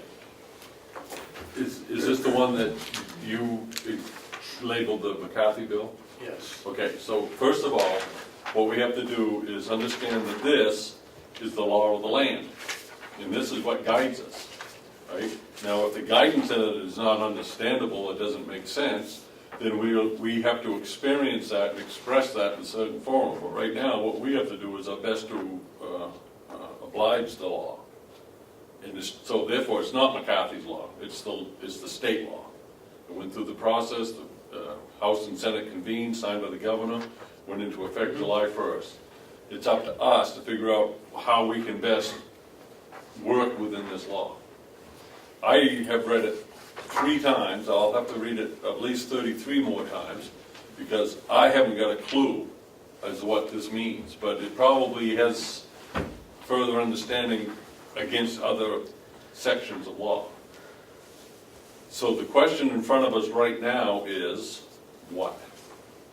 That this is a bad law, there's nothing we can do about it, it's the law. Right, and I'm not saying that. What Commissioner Babson's trying to say is that we can pay past other year bills with the money in our fund, in our general fund. Right. But I'm saying, well, the law says we can't, because you can't use, and I know what he's saying, it's just how you want to interpret it. I interpreted that the reason they did this was they didn't want us to spend this year's money on last year's bills. Right. That's what I'm looking at. Well, I spoke with the person that helped co-sponsor this, Who was that? Who co-sponsored it? Mr. McCarthy. Oh, I thought he was the prime sponsor. Oh, well, I don't know, maybe he Okay. was. Well, go ahead. But anyways, because I told him I couldn't understand it, because I don't understand laws. And his suggestion was that the TAN money should go into a separate account. So, that was, Yeah, so that it wouldn't get mixed up. we need to hear Joe? from If I may, Yes, Joe? Or you don't have to haul at it. yeah, I'm aware of the law, although it's confusing at best to me too. So when I try to apply economic sense, the TAN money is borrowed throughout the year and used for cash flow. At the end of the year, the TAN money is paid back. Now, it could be the 18th of December, it could be the 31st of December, but I'm gonna, for the sake of discussion, I'm gonna say the end of the year is paid back. So from the end of that year until the beginning of the following year, when you actually receive your TAN money, you have a period of time that you have no TAN money in your mixed account. So it would occur to me that you can pay out of those funds at that time period, Because none of it stands. providing, It doesn't come under this law. yeah. You've got your appropriation, it's been approved ahead of time, obviously. Mhm. My suggestion, my guess was, in this particular instance that brought this up, I think it was the nursing home, some building. Mhm. And I was on the opinion that, and I'm not may not have been correct, but that those funds had been appropriated, they would just hadn't been paid because there was some discrepancies. So the discrepancies potentially were resolved, or will be resolved, and there may or may not be a balance due. Remembering that you had the funds available and appropriated back in that calendar year, so my question is, what happens? Those funds were still in the general account, right? I would say yes. Yeah. So I don't see an issue, providing the bill that the commissioners have approved can be paid as long as we're not in the TAN cycle. And Now, that's that may what you were circumvent the saying. law, but I think it complies with the law, because if I might, Yes, what you're saying is, whatever money we have, whatever account it in, none of it's TANs. right now, none of it's TAN. So, Take it all back so to we the can bank. use whatever money we have to pay whatever legitimate bill we owe. As long as it's appropriated. And it was, because it's 17 appropriations, I don't know. actually, it's That's back to 2014 appropriations, but as Joe said, any money that was left in 2014 just went into, Well, yeah, but the four fund. Should still be in the general fund. Yeah, that money should be still sitting there over in the corner, waiting to go someplace. Right, And if so, there's a question as to whether those funds should still be there, that's when I suggested to Ken, we may want to talk to our auditing firm to be sure about this. well, Well, first, they're not gonna pay the bill anyway. we're not Yeah, well, gonna- that's fine, I understand that. My point is, I'm not inclined to support any bill from anyone that I agree. dates back to I agree. 2014. I agree, and I understand that. I'm just saying, in the scenario, if it was gonna be paid, you do have the ability, as long as you're not in the TAN. Right. Now, the And first, the appropriation has been made. an appropriation has been made. The minute we draw the TAN, you're out of luck. You're out of luck. Because that TAN is, those funds are commingled, Right. and in my opinion, there's no way to separate it because it's a cash flow issue. And I don't see putting it in a separate account is gonna do anything, because that's just another bookkeeping nightmare that we don't need. Are Wasn't you my sure suggestion. about that last statement, though? Well, Because if we did put the TANs money in, under the, and again, we have to work with this law. remember, the TAN money, we have a system where it's a line of credit.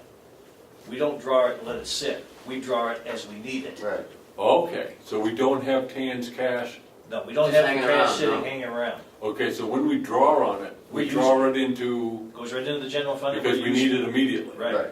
And we wait till the last moment to do that from Because that's when we costing pay interest. expense. Yeah. Okay, so what we can't do is use, once we have any TANs money, we can't, right, the law Yeah, kicks the law in. says The you law can't do kicks it. The in. law kicks in, So we and have, now we're we, commingled. it's like a donut hole right now. Yep. We're in, right now, We're in we a have donut. no TANs money, so Yeah. this doesn't really affect us. I would say that's The correct. minute we take $1 of TANs money, Yep. we're We don't know where restricted it like went. Now, this. remember, I'm not an attorney, so, No, I but put that stipulation out there, but from my standpoint, that's the way it looks to me. this bill is 6 months old, and we are just now beginning a process, of not only us, but the other 9 counties, where we have to stumble through the understanding of I this. understand that, yes. Because it's not easily understood. But as it stands right now, we're in that donut hole where it doesn't apply to us, but it could very soon. I don't know, when do you think we would Speaking be of taking that, TANs? when are you making your TAN agreements? Well, That's what we're here for today. Oh. one of the things we're gonna talk about today when we get to that point. I didn't see it on the agenda. Well, it wasn't, because I totally forgot. I told you that we'd do it this week. Okay, Okay, so well, maybe we can go right into that I conversation. think, are you satisfied, David, with the discussion on that bill? Yeah, I mean, it's what I thought all along. As soon as we start commingling the Right. money, that's a different situation. This is it. Okay, But so, until that, as soon as we pay it off, we I don't do have think any- there may be some further action on that bill clarify. to clarify that particular point, so, but I think right now we're good. Okay. You know, I'd just like to state, even though it kind of disrupts our cart a little bit, I don't think it's necessarily a bad bill, it's just poorly written law. You should say, I mean, it could be written better, it needs improvement, but I think the intent's fine. Oh, and I think The- the process that brought it about, Yeah, the events that occurred, to try to prevent them from ever happening again is a good thing. Yeah. I really do. yeah. but again, I mean, it's all cash flow again. You know, I It is mean, cash flow. it is, it's But cash it's- flow. but It's all a green money. But it's a restriction on how we can use our talents when it comes to cash flow. Yeah, This is and- pretty much telling us, yeah, you gotta deal with cash flow, but you gotta deal with under this. right. And It does pose an issue in my mind that if you do have a situation where, for whatever reason, particularly at the end of the year, that something didn't get paid last year, Yeah, and you have this bill that says you can't do it the following year, right. you know, there are gonna be situations, I suspect, where you will have accounts from the previous year, they flow over into the next year. Sure. So I'm not quite sure about that. However, I think that beginning of the next year, you're without the TAN money, so I still think you're okay. As long as you don't have a balance of your TAN's money, but That's you, correct. but you could have. You could have, And so, But even if you did though, right, I mean, it would still be a 2017 bill. yeah, but this TAN's money is in the thing, you can't use TAN's money or even look like you're using it. So the answer, the quick answer until they look at it some more would be, we acknowledge we owe the bill, we can't pay until April. Oh, no. Now, even then you can't pay it. well, that's the problem, you can't pay it once you draw the TAN. Huge bill, You Mark. can pay it prior to the point drawing the TAN. No, but if it's January 1st counts, you have TAN's money.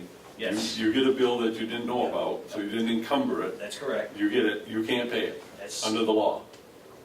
But as you long as have you to, got TAN money, you're right. As long as you got $1 in TAN's money, you Yeah. can't pay it. That's right. Okay, you probably could argue if you have an amount equal to the bill owed in TAN's money, you can't pay it. But Or what if you had a surplus?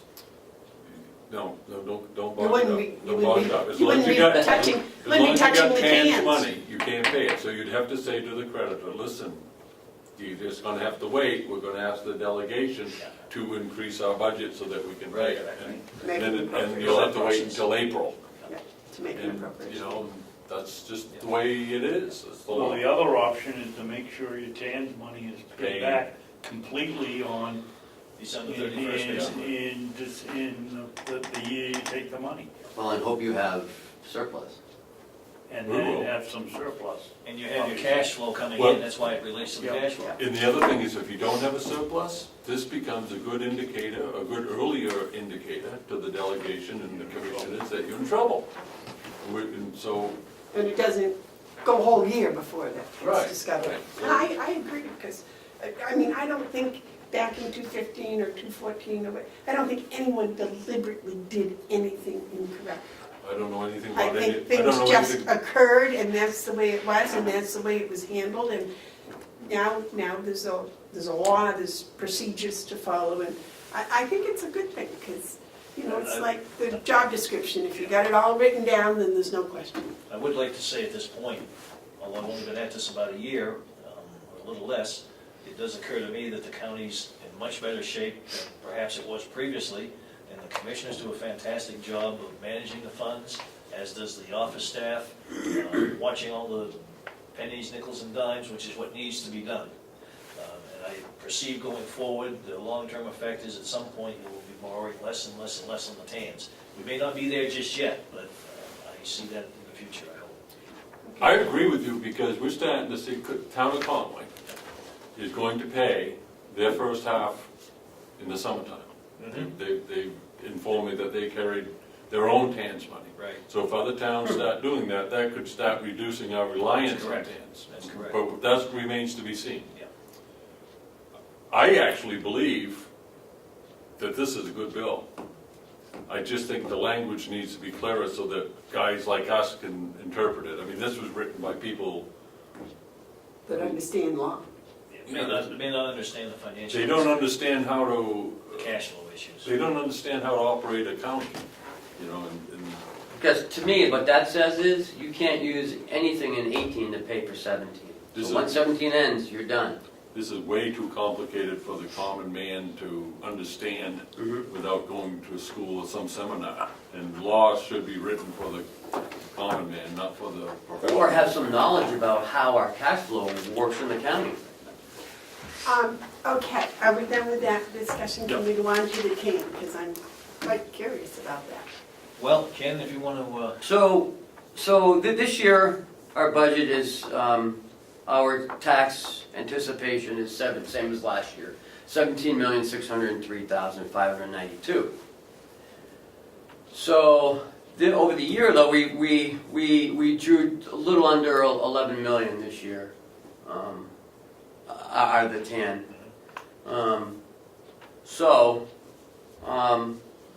What do we do? What do we ask for this year? Well, we've got to complete our cash flow projection. I'd like to see it, make sure we get a good understanding of that, because the bank's going to want to see that. Because what happened last year, and we don't have Dean Ingram there anymore. By the way, our banker at at Bank of New Hampshire has retired, so we have a new contact person. I'm not sure how that's going to go just yet, but time will tell. I had anticipated we'd get some conversations from him. I purposely haven't called because I wanted them to call us. But in any event, back onto the TAN issue, I feel comfortable at the same number as last year, the 17, if we can do that. I don't think we're going to need it, but once again, you never know if there's an unforeseen issue out there. Now, I also understand that we've paid off, was it the jail bond? Mm-hmm. Yeah, the jail bond. So there's about $500,000 that we don't have to pay this year out of our cash flow. But we've added capital improvements. Right. And we've got a big nursing home Contract. Our goods and services bill for this year is actually $1.5 million more than it was Yes. last year. So therefore, that's why I'm wanting to feel more comfortable with going with the same number. I can go with that recommendation. Are you going to be able to go out to bid for this, for Yeah, percent? we will go out to bid, which is, the right way to do it, obviously. I think it's just a question of how many people you want me to send it to, or how many places. We better get going because it takes quite a while. Yeah. What's our cash position right now, do you know? We have enough cash to carry, let me ask this, with the cash we have in hand, how far can we go before you need it to Well, hand? it's not just the cash you have in hand, you also got revenues coming in too, Yeah. so it's a little difficult to give an Sure. exact timeframe. Sure. I would venture we're probably gonna be okay through April. March. In the first I'd of say April 1st. Okay, all right, that's But we good. do need to get this going. That's good, because in Because past it years, is you the do it on 24th. January 3rd, you go after TANs in some years. We're doing much better. I must say, in this I must say, since Ken has arrived on the It's scene, not just me, but thank you. the TAN has kept slipping further and further that we draw on it. That's why I said the staff and everybody's done a great job. So- Yeah, I think when the chairman says can, I think it's really something that he's expected to share that with his people, because he represents all the staff, so don't take it Okay. don't take a compliment too much to heart, because you have to share it with your crew. It is a lot better. So how it works now is that when the bond council looks at all our paperwork, they do it on a 6-month analysis. What's our cash flow look like for 6 months? Yeah, the worst case scenario. So last year, we got 7 million at tax-free, or is it 8 million? I think it was a 7 million figure. 7 million at tax-free, and then the other 8 million was at a interest, higher interest rate. Even though we didn't use it all? Correct. Yes, We used all the tax-free money first. because you can only borrow, in counties, you can only borrow 6 months. Okay, so last year you borrowed 11? Just shy of. Just shy of Okay, 11. so let's use 11. You used 11, and how much of it was tax? 7.5, I There's think. a little over 7 that was tax-free. Okay, so about 70% was at the lower interest. Correct. Yeah, there wasn't a big difference in the interest rate spread, but it was a No, little. but I can see that. I mean, yeah, it wasn't tax-free, sorry, I shouldn't have said that.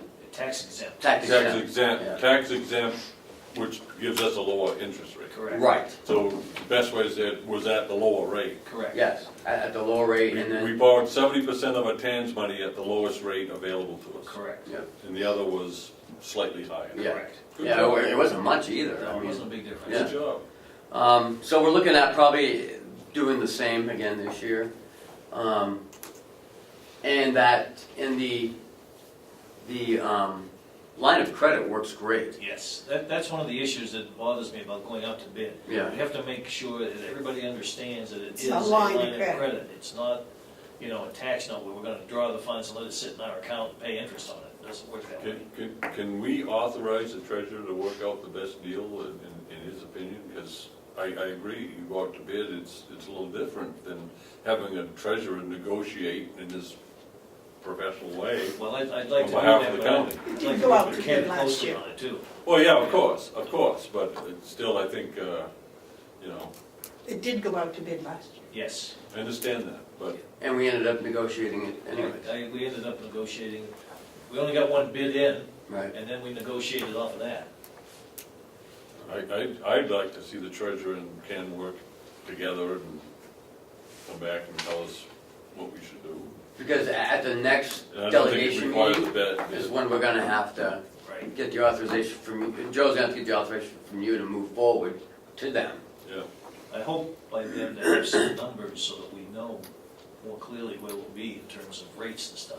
sure. Yeah, I mean, I'm looking Do at you probably the need same as next year, or last year. Anything from us before you can start doing that? Probably not, just to advise you that we are going to be doing this, and moving forward on it. I'd like to get it going. Well, you have my blessing. Yeah. Come on. Okay. Ah, we have another negotiator. I Okay. love this I negotiation. really appreciate this agenda item that we just had. I think I learned more about county cash flow in the last 20 minutes than I have in the previous 11 months. I thank you. Anything else for us, Joe? All set, thank you. Thank you Joe. very much. Okay, and the last item for our public meeting today is the county attorney's office update. Hello, ma'am, how are you today? I'm doing quite well. How are you, Madam Chairman? No, come over here so we can see. Okay, I can do that. Have you been following House Bill 1395? It's on the bail. I know that Andy Shigori with the chiefs of police has been involved. Okay. Keeping track of that, it's been a discussion. This is House Bill 1395. It has to do with bail, when people go to court, their bail Oh, yeah. should be affordable. I mean, and Senator Dan Phelps is the sponsor of that bill, and yeah. I mean, they need to look at their financial picture. I mean, heck. Well, I would say that we could probably just sit back and watch that bill die. Yeah, I think so. You know, it's a Senate bill, and it's not got much of a chance, but it does also point to some realities that take place, that sometimes people aren't able to meet a reasonable bail, and they spend the equivalent of their sentence before they even get to trial. But And then found to be innocent. But isn't it on the crime normally? The purpose for bail is to ensure that the community is safe and that the person appears Right. in court. My office, I think, does a really good job. I come from an office where we routinely ask for $250,000 in bail. Our office now, sometimes we ask for 100, 500. We definitely try to take into account what we think will ensure the defendant's appearance and what we think will secure safety for the community. So in some regards, I think it's a discretionary thing. If prosecutors exercise good discretion, I don't know that it's a necessary bill. I understand that you shouldn't be holding people for minor offenses on cash bail. We tend to not ask for cash bail on minor offenses. But when we have serious offenses, sexual assault, domestic violence, things like that, we do ask for cash bail. Our judge sometimes grants it, sometimes she doesn't. So I feel like she's very good at weighing things. We don't necessarily always agree with the decisions, but we respect that it's her right to make those decisions. This issue of over having high bails is really more of an urban issue.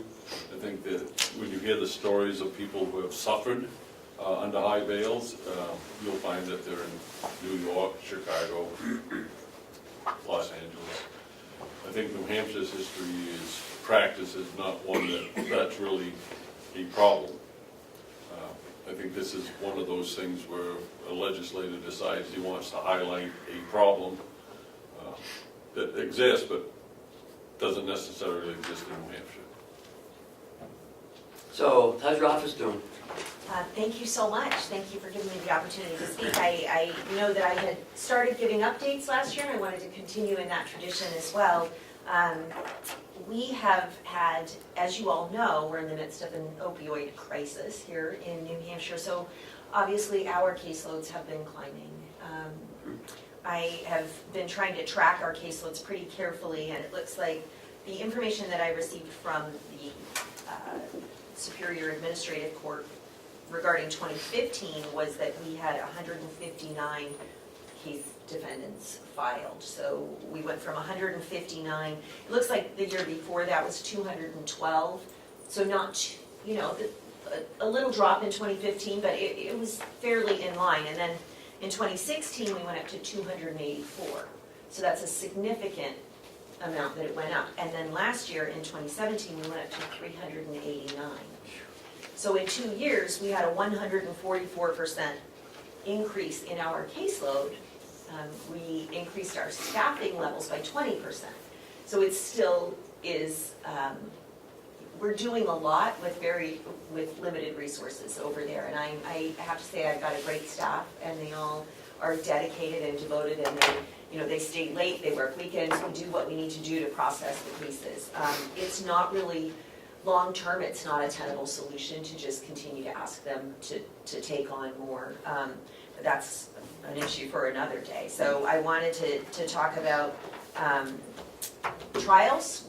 Last year we took 9 cases to trial. We had 6 guilty verdicts, 1 mistrial and 2 dismissed during trial, one of which we can refile and one which we can't. So that is, 9 is a significant amount for a small office to take to trial. I think that that's where we should be. I would like to see about 1 a month. I think that that's a fair number, and given what we've got, I think we're taking the right cases to trial. It's never going to be the easy cases that we take to trial. It's always going to be the ones where we just honestly cannot get to an agreement with the defense, which we always try. How many cases did you have last year? Total, it looks like the dockets show 389. And 9 went to trial?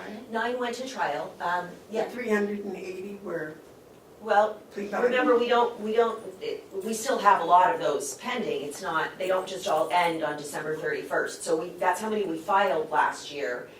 We actually received 429, so some of those were then indicted in January. It's flowing like this. It's like So cash. it's, given the fact that we have 389 in the pipe, I would anticipate that next year we have even more trials, because the 9 trials were based on the prior year's filings, which was 284, so it's sort of evolving. It's not just a January to December and then we start from 0. We start the year with whatever cases we still have left over, and then we add to them as we go. Do you know how many that you settled outside of court? I do. We did, it looks like we had 180 set for plea hearings during the year. Last year, Last year. 180? Mm-hmm. Out of 289? 389. Oh, 3. But again, that 180 doesn't come off of that 389 number. That comes off of all of the numbers cumulatively. It doesn't, it's not just day to day, it's evolving. Tumbleweeds. Yes, it is. It's tumbleweeds. So you're going to love this question. My concern is there are a lot of people waiting that have been arrested, have been processed, and they're waiting for results of some sort. A lot of victims too. Yes. That's the... And part of that was the court though, right? Because of the lack of judges. Right, we had a part-time judge, so 1 week out of every month she was not here. That has changed given our numbers. They've now given us a full-time judge again, which is good for us.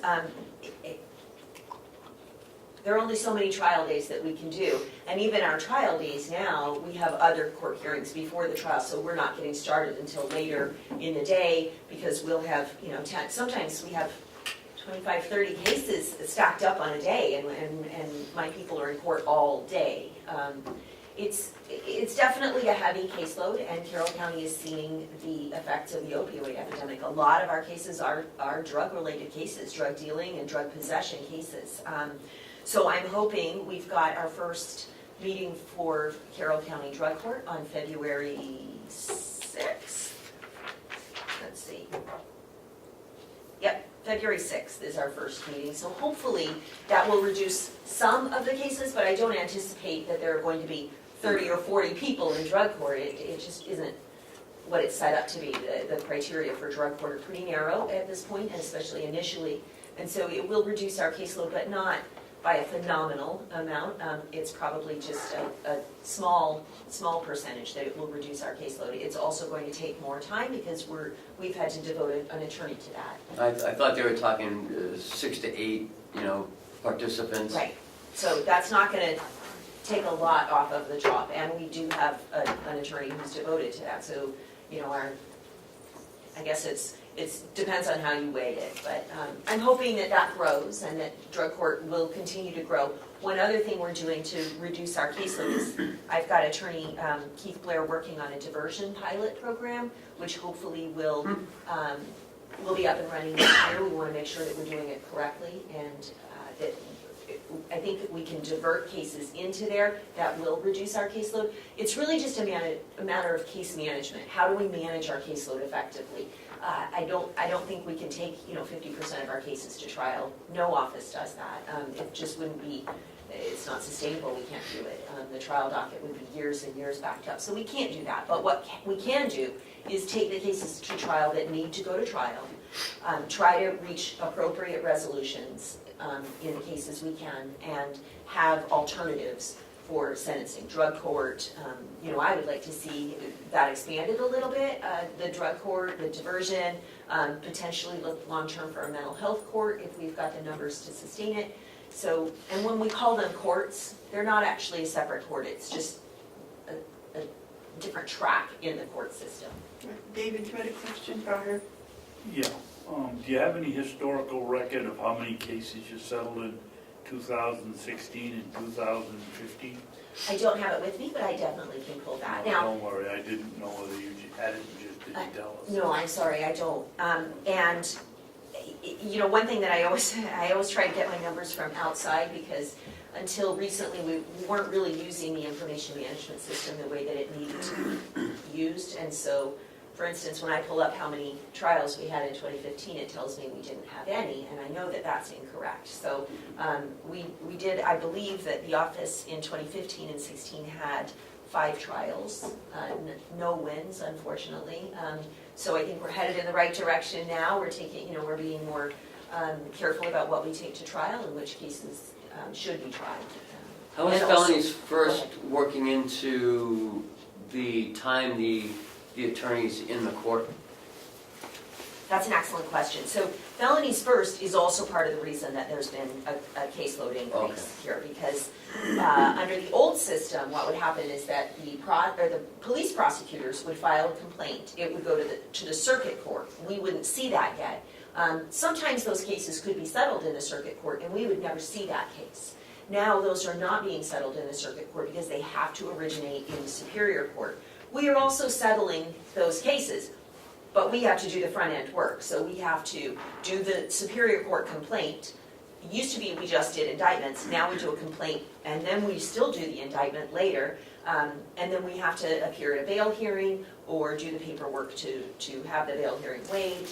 We have those initial appearances and a dispositional conference. So it is adding 2 court appearances to every case, and it's adding cases because we're now seeing those cases and trying to settle those cases. So we're doing some of the work that was done by the police prosecutors. And what's the 11 o'clock time frame? Right, we have to process our cases. When we have an arrest, we have to process that case within 24 hours if they're seated in jail, if they have not been bonded out. So when someone's arrested, they're offered a bail commissioner. The bail commissioner comes out, sets their bail. If they, if they get PR bail, then they're released. If they get a low cash amount and they can post it, they're released. If the bail commissioner does not come out, or if there's bail set and they can't meet that bail, we have to have that hearing the next day at 1 o'clock. So Oh, whenever wow. they're arrested, the paperwork has to be in the court by 11. Oh, So they have to have the Superior Court complaint done, the bail paperwork done, and a probable cause statement from the police to the court by 11. So we tell them that we need it in our office by 9. So I have to have an attorney available every single day in order. Saturdays and Sundays? No, it would be Monday though. So every single business day, there has to be an attorney available in case we get a felonies first. We don't get them every day, but we do, there's some days we have 3. So there are times when we're scrambling. If it happens on a grand jury day, for instance, when my whole staff is over at grand jury, we have to scramble and find a way to make that happen. We've been processing it, and I think we've got it down to a good routine now. As with anything, the more you do it, the faster you get at it. So I think we've got that down to a routine, but it definitely does add to our caseload, as we anticipated, which is why we added the extra individual. So we did have a 20% increase in staffing with regard to the attorneys, but when you counterbalance that with a 144% increase in cases, it's just not tenable long term. So. David? Yeah, Makila, what exactly is the function of the bail commissioner? Does the court set the bail and he says, yeah, I'll give you the money, or does he set the bail, or and if he sets the bail, why does he set it and not the judge?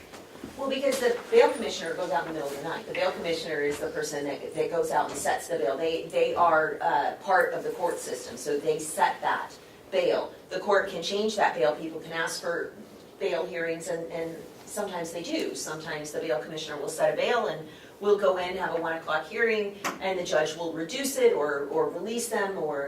So it's a function of the court. It has nothing to do with my office. That's. Well, I know that. I just wondered what the function is. I see the bail commissioner's car over at the jail at all odd times, and I wondered why he was there and not the court setting the bail. Well, he's sort of an officer of the court and is the court. Right. When they show up to set the bail, that is the court showing up. Right. It's functioning as the court at that point. Okay, thank you. You're welcome. So I wanted to give you an update on where we are with regard to staffing and what we're doing. So we have an excellent, I know you've met her, Brienne Dearmond, our victim witness coordinator. She has started a sexual assault response team for Carroll County. It's a multidisciplinary team. It's designed to address how we investigate and prosecute sexual assault here in Carroll County, and we have a lot of sexual assault cases.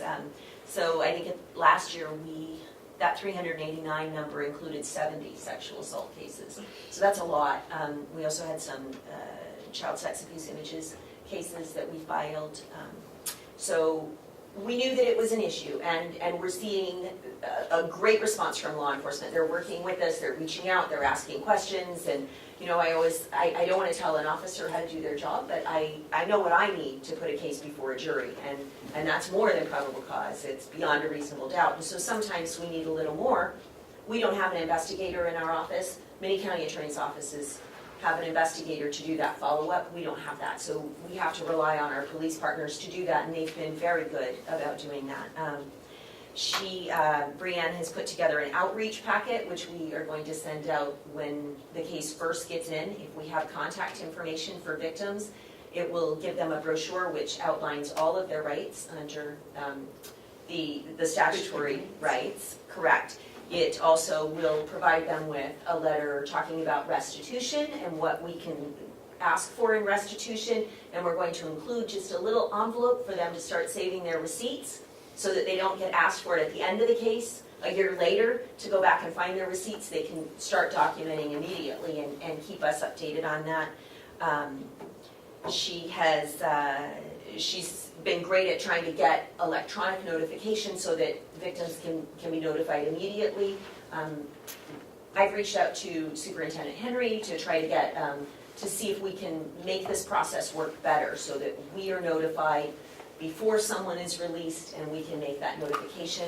We have an after-hours call number, so people can call us now, and we can get victim information. Police officers can reach out. We definitely get called when there's a death in the county, and or if there's just a case where they don't know what to do in the middle of the night. It doesn't happen very often. We have good law enforcement here, but we're there and we're available for them, and I think that that's been appreciated. Attorney Bryden has been, as I indicated, working with the court to set up the drug court. That's on the 6th of February. It's supposed to be our first meeting. Attorney Blair is putting together a diversion pilot program. Attorney Tassari, she has taken on multiple law enforcement trainings. All of us actually have been doing law enforcement trainings and building that rapport with our law enforcement partners. Was that what happened yesterday? The meeting that was yesterday was the sexual assault response team, so that was part of that. And she's actually the co-chair of the Carroll County Sexual Assault Response Team, so that's good as well. We have been teaching on report writing and just what we're looking for with regard to search and seizure, keeping updated, and law enforcement knows a lot of this. I think it's a good tool for my attorneys to practice standing up in front of people and teaching and lecturing on what things, we've learned. And obviously, sexual and domestic violence is something that I've been involved with for 20 years in the prosecution of. So that's what I do, is I teach on that and what we're looking for there and how we can tighten up our cases so that they're ready for trial. Attorney Conley, who is our sort of drug guru, has been working with the Narcotics Task Force as well as the agencies to try to ensure that we are continuing to prosecute drug dealers in a manner that will hopefully stem the tide a little bit. I know some people don't take a hard line on drug dealers. I do. I consider them dealing death in our community. I live here. I love Carroll County, and I don't want to continue to get those telephone calls about people overdosing. I think we had 4 in a matter of 4 weeks, all people that were familiar to our office, some of whom had open cases and were out on bail at the time. So it's something that we're all feeling, and we're losing a generation. We've got grandparents raising children now, and or raising their children's children, because we've got people who are caught in this cycle of abuse and going to jail, coming out, or overdosing and not being there for their children, and it's tragic, and we have to take that seriously. We have to fund that here in Carroll County. We have to have the resources to try to combat this opioid epidemic, whether it's through treatment and prosecution. I think it's really a combination of the things. But Jessica Reed, you all know, she was promoted office manager in the last year. That has taken that's been great for the office, because now we have a centralized person to work with support staff to make sure that they're trained, to make sure that timekeeping is done appropriately. That's something that has been somewhat taken off of my plate, so I've got a filter for that when I can have Jess handle all of that. She also, with the number of trials we do, Jessica takes on that trial prep, because when an attorney goes to trial, we get a jury pool, and it's anywhere from 50 to, I think we've had up to 120 potential jurors come in. We have to make sure that we know what each of those jurors says on the questionnaires that they input. You don't have time to sit there and find their questionnaire and read it. You have about 20 seconds before you go up to the bench once their name is called. So Jessica has to read every jury questionnaire and put together a spreadsheet for us on the essential things that we need to know, so that when an attorney walks over to court, we are organized and prepared, and we can address each juror as they come up with the facts that they filled out on their questionnaire and their background. That is very time consuming, and Jessica has taken that on 9 times apparently, actually a few more, because we had a couple of cases that settled on the eve of trial. But whenever we have a jury pool come in, Jessica has to take that on. That can take 2 full days for her to do that. But it's been taken off of the attorney's plate, so that's been helpful to us. Let's see, our focus has been on holding violent offenders accountable for their actions. We're in as I indicated, we're in the midst of an opioid crisis. We have to take this seriously. We have to put the resources where they need to be. Our caseloads are fairly heavy. They're a little on the high end. When I look at the National District Attorneys Association, they give sort of recommended caseloads for prosecutors, and I try to keep an eye on that. I try to keep an eye on what the public defender's caseloads are so that we can match them, because I think victims deserve as good a representation as a defendant gets. A victim doesn't really have a seat at the table over in court, so we have to take on that role in many cases.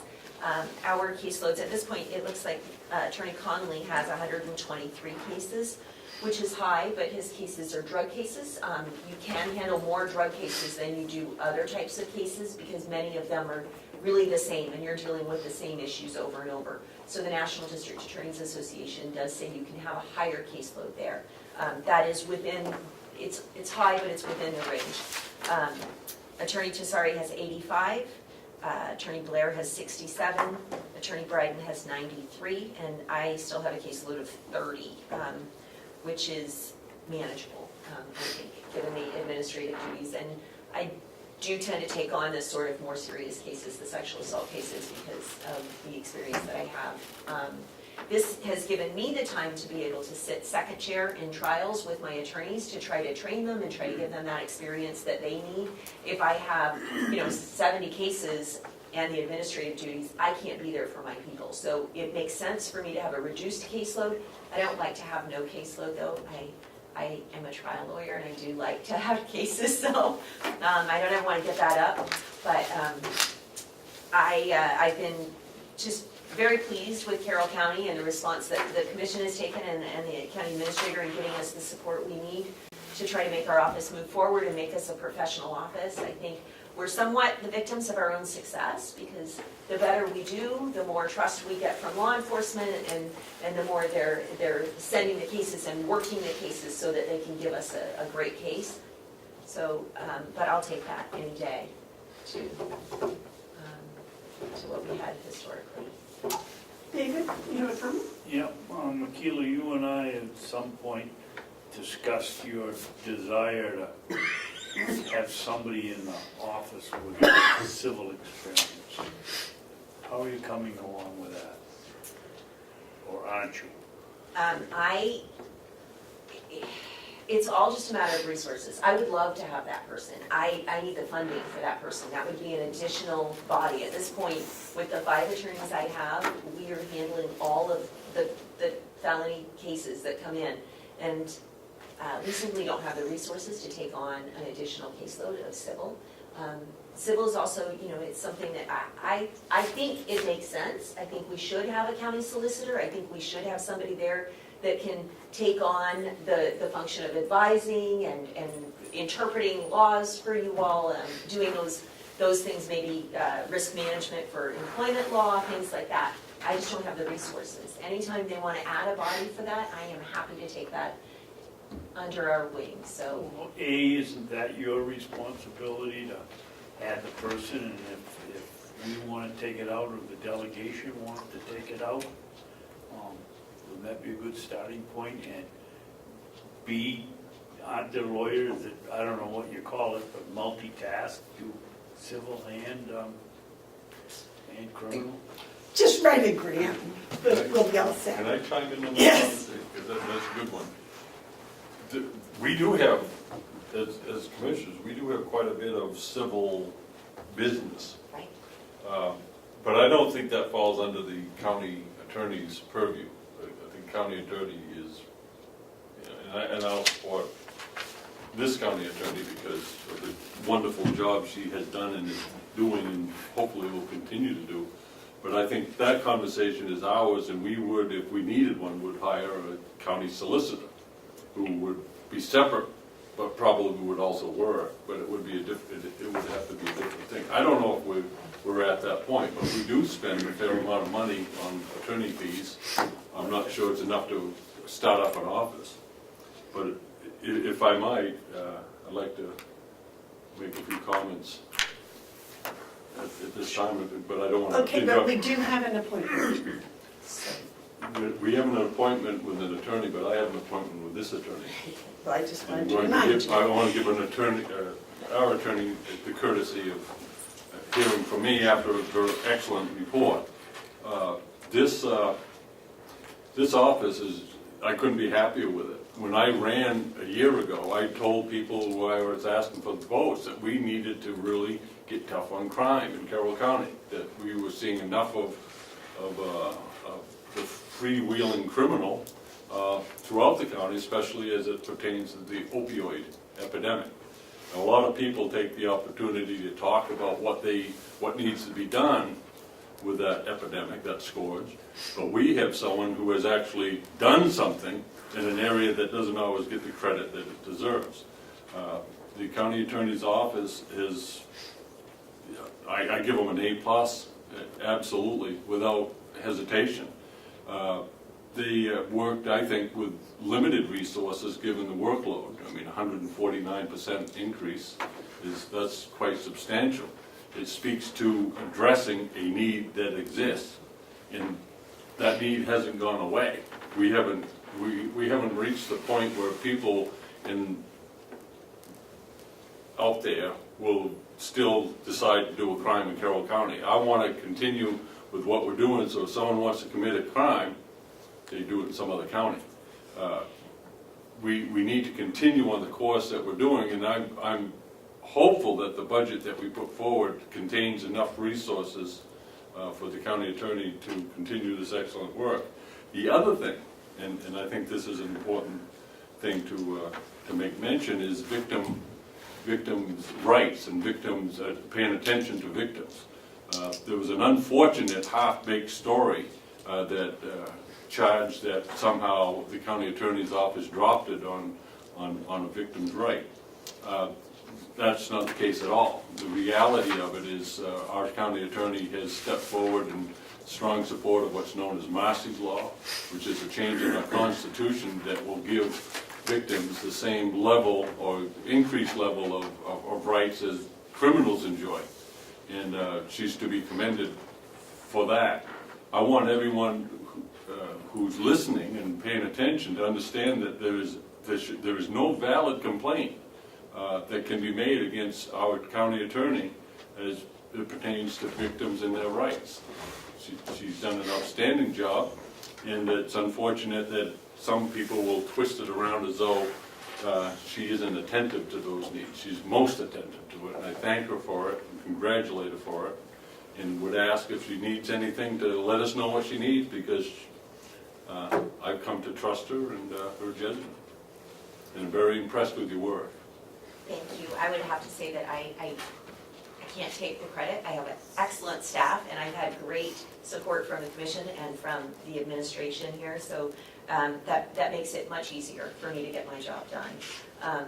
I couldn't do it without the resources that I have and without the staff that I have, so I appreciate that. I also heard a rumor that indictments have been coming down. Yes. Here, last Monday, I think you had a few. We had quite a few. Yes, it was actually a smaller grand jury. It worked. Our grand jury indictments over the past year have been, we used to be done by 12 o'clock. Now we're not done till 4 o'clock. So I know that that's hard for the grand jurors, but we have a lot of cases and we want to process them. We want to hold people accountable, and we're not afraid to indict people if we believe we have probable cause that they've committed a crime, and we're not afraid to go to trial. So I will say that. Well, thank you so very much for coming in and sharing your update with us. Do you have everything that you need in the budget to go forward? I did put in for, we had a half-time support staff last year that was added. I did put in for that to go up to a full-time position. Well, actually, I think I put in for 30 hours a week. I want to be careful with taxpayer dollars, and I think that would be sufficient. We just got to the point where we just couldn't handle the amount of support work that needed to be done and processing the cases. We have constitutional obligations to get discovery out to the defense, and we have very tight timelines, and when, we did a survey around the state, and we found that the other county attorney's offices have a 1-to-1 ratio for attorneys and support staff, and right now, we have a 1-to-5 ratio, so that is very low. If I put Jessica in there, because she does help out quite a bit in addition to the administrative duties she's taken on, the ratio is still 2-to-5, and that's just not sufficient to process the caseloads in a manner where, people aren't working significant hours over what they should be. So I did put in for that. I'm hoping that is approved, and in the interim, I would like to be able to have that person in there so that work can get done. So I would advise you, if you give the report to the delegation that you just gave us, I don't think you'll have any problem filling that position, or you shouldn't have. Well, thank you. Probably ought to guide my words, but you shouldn't have any problem. But as far as the part-time, the person you have now, do you have enough funds to keep this person on until April 1st? I hope so. I think so. I was assured that I did. So we have a temporary person right now. It just seemed to work out, and thankfully, what made me feel good is that she had worked here before as an intern, and she wanted to come back and work here. And I thought, wow, that doesn't happen very often here in our office. So I was very pleased, and I have to say I've retained all of the attorneys that we've hired. They've all been there. Keith is here since May, and he has the shortest tenure. Kim has been here since October of 2016 when we hired her, and then we hired Attorney Conley and Attorney Bryden in January, and everybody is still there. Everybody is still working. Nobody's giving any signs of going anywhere. I'm going to knock on wood. I've been very fortunate with the attorneys that I've hired, very competent, and everybody gets along very well, and it seems to have smoothed over. I know that we had some staffing issues for a period of time, but that seems to have smoothed over. So as long as we can get the support staff up to what we need, I think that the case management should go fine. So I guess my question is, the county administrator, I have the funds for the temporary person, and then we're going to see if we can make that a permanent position with the delegations. That's my understanding. Well, you're very good at articulating the need, and that's really what a needs-based budget comes from, is the ability of someone like yourself articulating a real need and having it separate from, oh, this is what I would like to have.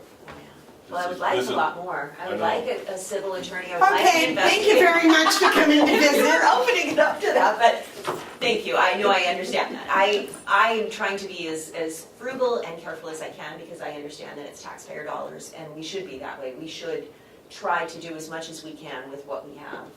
So when I ask to add that person, it's because we definitely need that person there in order for us to continue to provide that service to the taxpayers. So, good. Thank you. Thank you. Thank you, Sheila.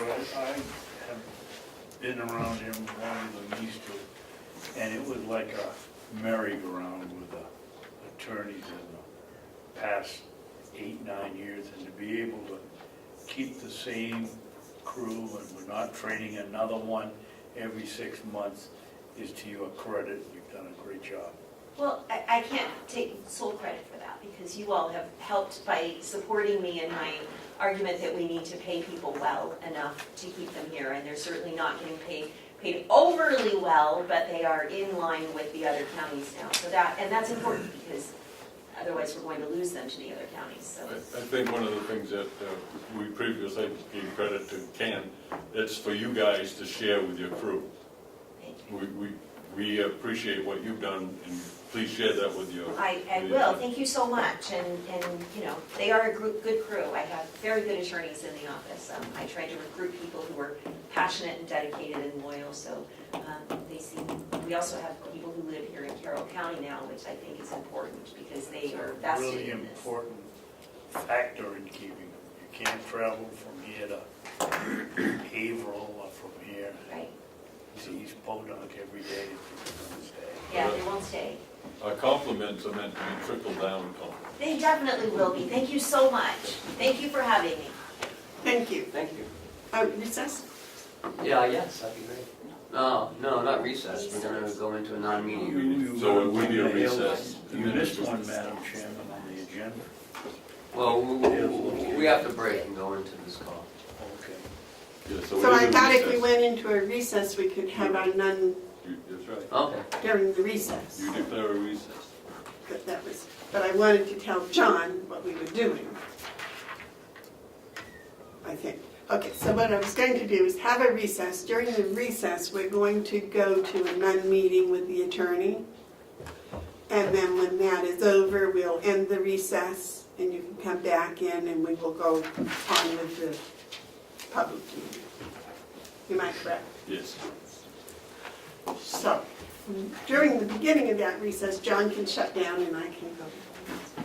You have to hit the gavel and make a decision.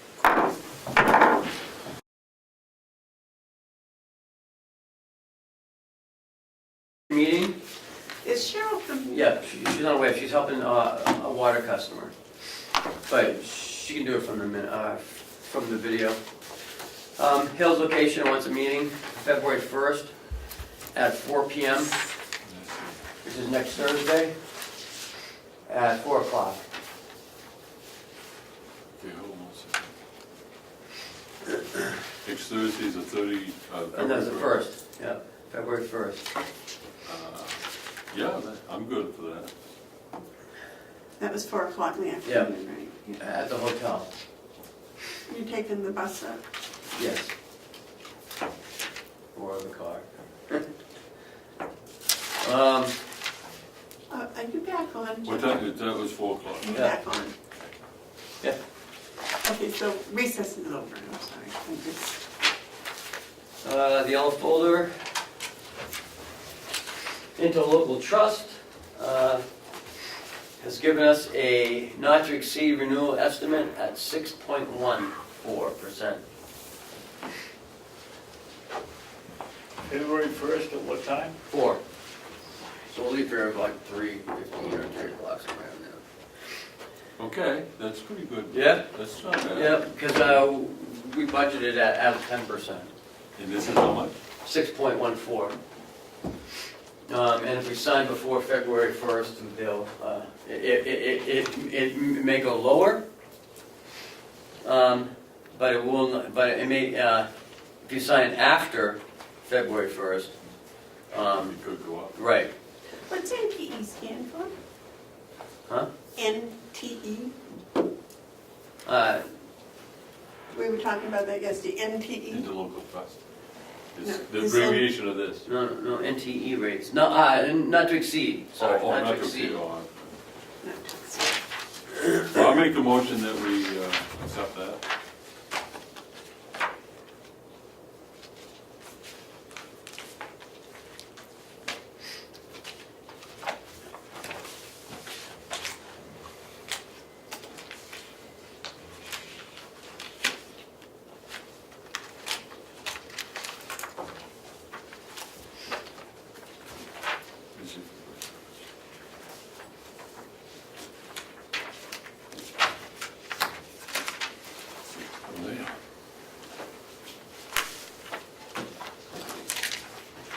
Does this make sense? By renewing your membership with the NHIT by February 1st, 2018, you are guaranteed that this renewal will not increase for July 1, 2018. Until, does he mean until July 1? Our Starts contract on- year, July 1st. So it should read, will not increase July 1st, 2018 is what they mean. So we're gonna get the same rate Yeah, next year that we had this year. yeah, no, it's going up 6%. 6%. Well, not to exceed, Not to it exceed. may be lower, like it Where was. is the not to exceed that you said? NTE. Oh, yeah, NTE. down here. Okay. So we have a motion?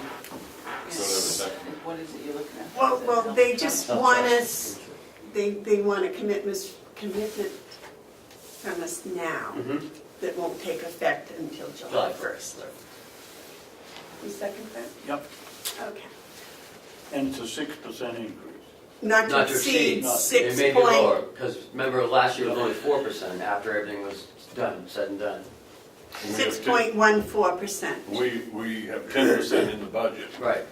so the delegation can adjust that accordingly. Well, we won't know until the 1st of July, right? Well, it won't go up August. more than 6%, so we can reduce it. So you put 3%. 6% You in take it. 4% off that line item. 6.14%. 3.8. All right, all those in favor of the interlock and trust agreement via the rate, the Carroll County's not to exceed renewal estimate for the plan year beginning July 1st, 2018 is 6.14%. Say aye. Aye. Aye. Those opposed? And I guess I'm the authorized signature.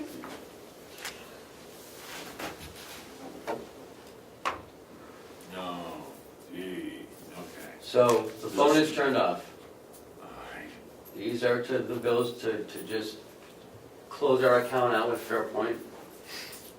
She has a new email address, which I've asked her to share with the association and with the Hales location residents. So are these incumbent funds at this point, or how are we doing this? I don't know how towns do, I don't know how that incorporated towns do. Same way, pretty much the same way. Okay, so let me think.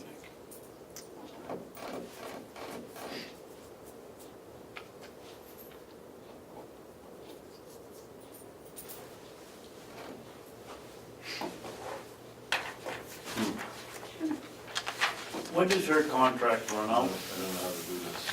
It's December? It's Done past now. December. It's up, she's on a month by month Month to now. month right now. And when are we going to do something different? We will be talking to them next week up there at Hales. Okay. Now, were those encumbered or were those appropriations for 2017? Those are all been appropriated, we just didn't pay it. Because no one wanted to pay them. Okay, so we had the bills before we didn't pay, so Sure. okay, I'm all set with it. This makes it go away? Yeah, Okay, Madam Chairman, I want to make this motion. I move that we pay our final payment to Fairpoint Communications Incorporated by issuing 2 checks. One check number 2147, the amount of $147.28. The other check being 2156 in the amount of $153.29. Are those consecutive months? That's the final bill. yeah. I think what I said in my motion is final billing. This is it. But are those two, I haven't seen them yet. I don't know the, Are they consecutive months that we haven't paid? I'd say so, because you didn't pay them for 2 months. yeah, I would say that. I Yeah, thought kind you of. made a motion here a month ago We weren't about paying. final payment. I know. I'm finding more and more in life that there's no real such thing as finality. Only death. It's never over. I'm not even so sure that's final. No, that's not final. No, that's not final.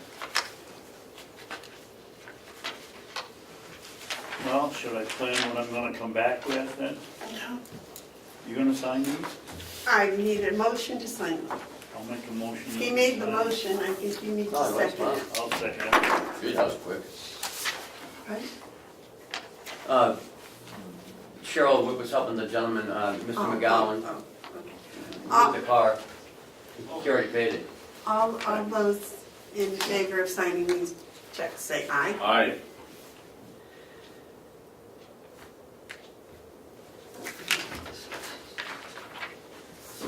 These are like contracts.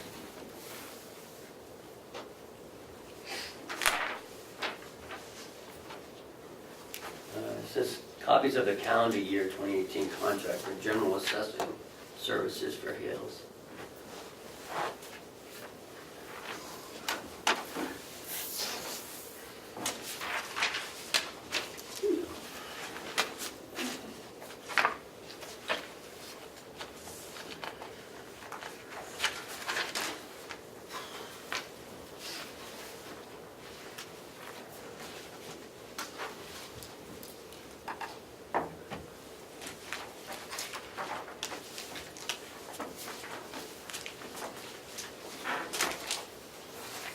Is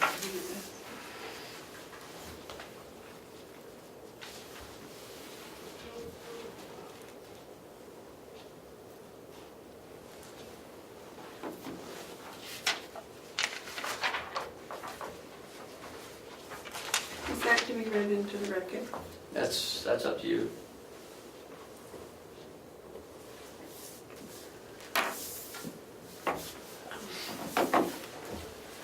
I would think that's a public letter.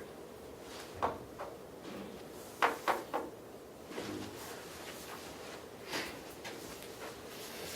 it's addressed to me.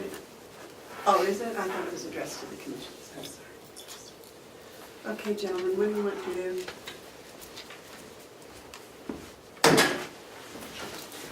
May I see it? Yeah, that's, But I don't know if if those are contracts, can we take another week to read those? Because we just got them, so I don't. I think we better. You should review those. Yeah. I just wanted to see what the date, it's for 2018, so I don't see why we couldn't take Okay. another week and I'll scan them and I'll send them out yeah, to you guys. just email them to us so we can take a look at it. You want me to read that into the record? No, because that's a personal letter. It's Ken's letter. That's it for the yellow folder. Administrator updates. I thought you had old minutes. That's done in non-public though. Oh, that's right. Checkmate progress. This is our week that Checkmate is taking over. We will be getting, if you have direct deposit, you'll be getting it in direct deposit. Checks will be dropped off tomorrow. For distribution on Friday, they've captured just about everything. Everything is, on the pay stub, everything is plain and simple and everything is separated. It reads how much the county pays for your health insurance, how much you pay for it. It's got shift differential, it's got everything spelled out. Couldn't we see a redacted copy of one of those? You'll be getting yours. I haven't got it yet. So, but Well, you'll be getting yours. I don't have any benefits. I'd like to see what's going on to the employee that has a Yeah. shift differential and. I'll show you mine. I don't get shift differential, but. And the W-2s are out. You guys should have the W-2s. Did Checkmate? David was more than mine. That wasn't a misprint. We did those. We had some issues, but Kathy ended up rectifying it. And because of last year, it was. Well, because I thought originally Checkmate was going to do that. They were, but because they had pushed us out another 2 weeks, so they didn't capture any of the 2015. So Kathy ended up doing it, and she got them out. So we weren't sure how that was going to work out. And the meeting is up at Hales for February 1st, and that's all I have.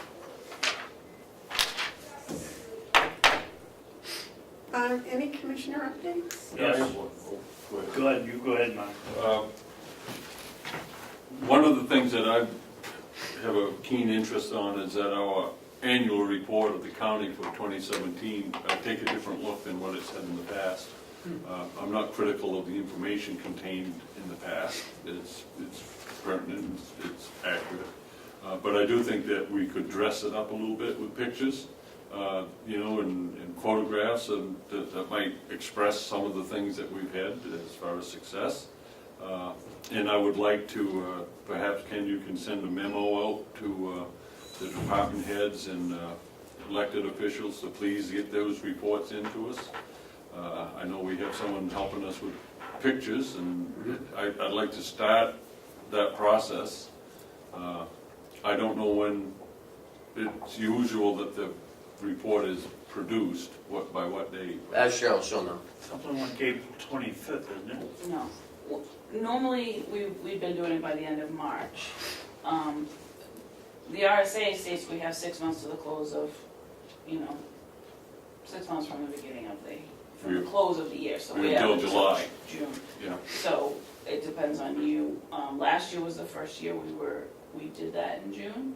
We had been doing it in March. So I have a letter that goes out to all the department heads, asking them to actually I've had some of them asking me about it already, so they're working on it. Okay. All right. I'd just like to see the report maybe a little bit more attractive. That'll cause people to maybe be inclined to pick it up. I agree. If we do the 8.5 by 11 instead of the small folded one, we get a better price for the printing because they don't have to cut the pages in half. Yeah? So that's something to think about. Okay. I agree with Mark, but we have to remember that we've only put $675 or $800 in the budget, and we've gone out in the past to change it somewhat, and the prices were much higher. But Cheryl just said that if we go to an 8.5 by 11 page, it'll be cheaper, so. Per page. Yeah, I'd like to go, We're $775 this year. I'd like to work within what we have right now, make the adjustments that Cheryl is aware of, and maybe next year, based on how well we do this year, put more money in the budget if we need if we need further improvements. Like I say, it's nothing wrong with the contents, I just like to see it Like, a sparkle a little bit. little bit. Well, picture, What? more of a picture book. Yeah. We just. A People, little pop-up books, like commissioners pop up. David, you had a comment? Yes, I do. As a result of my ignorance on cell phones,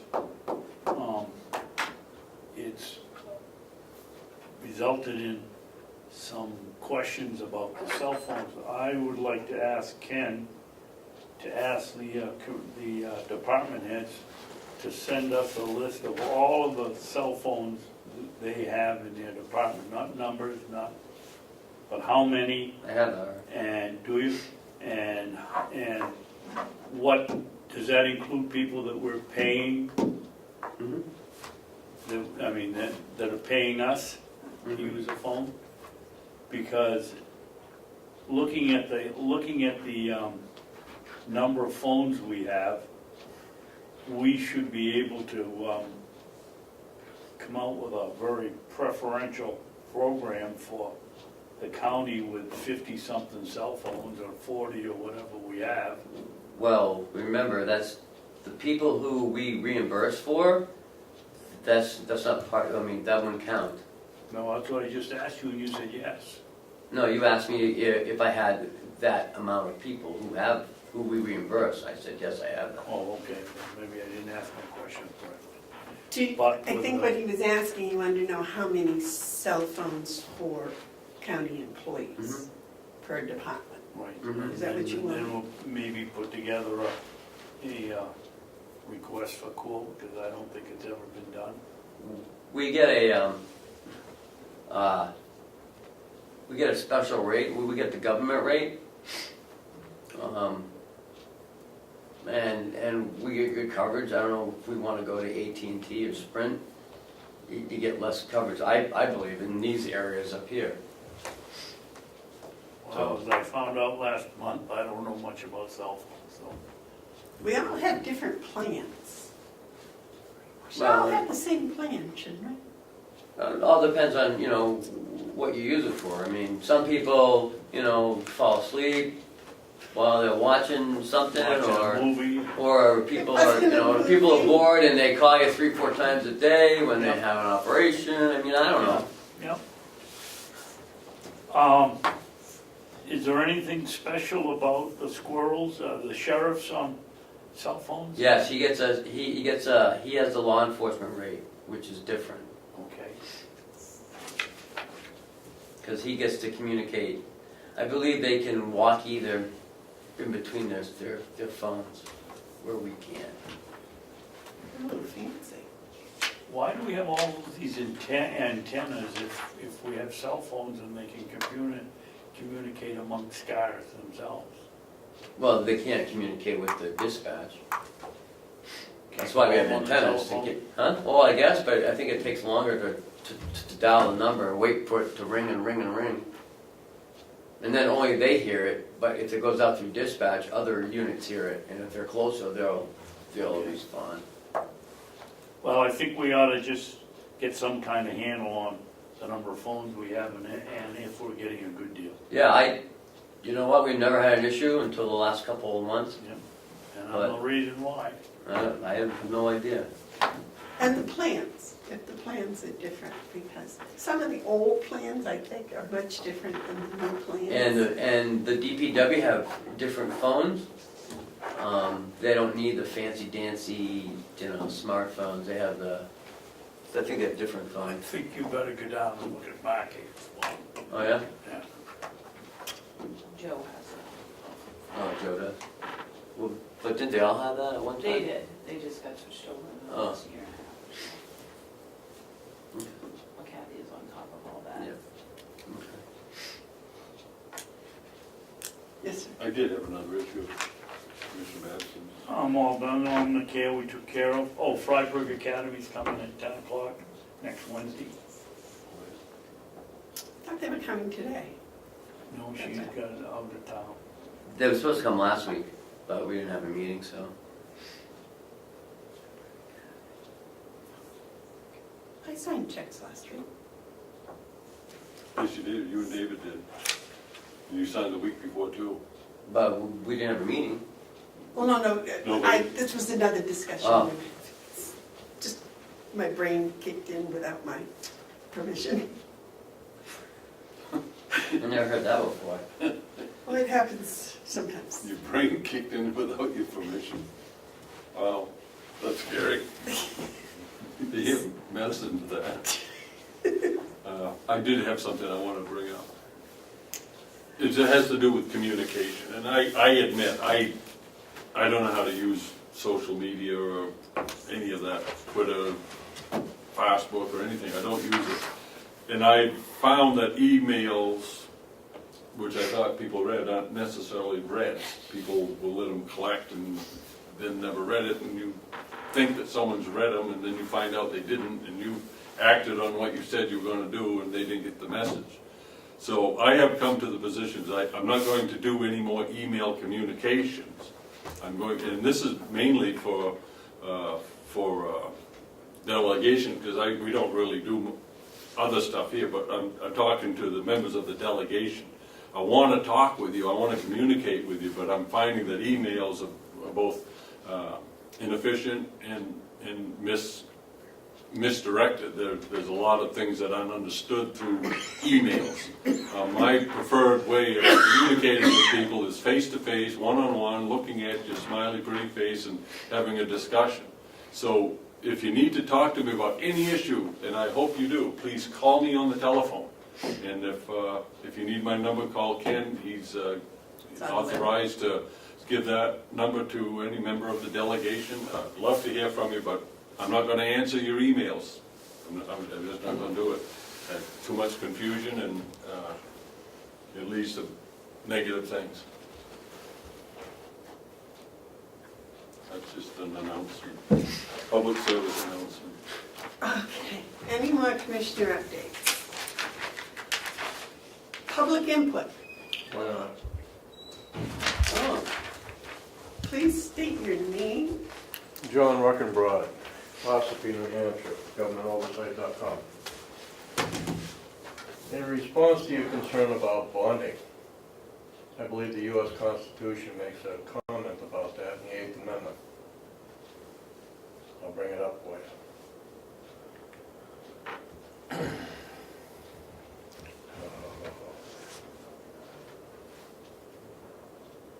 This is from the White House Constitution site.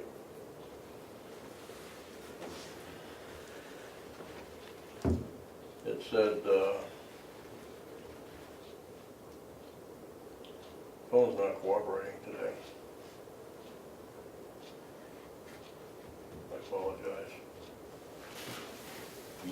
you take your time.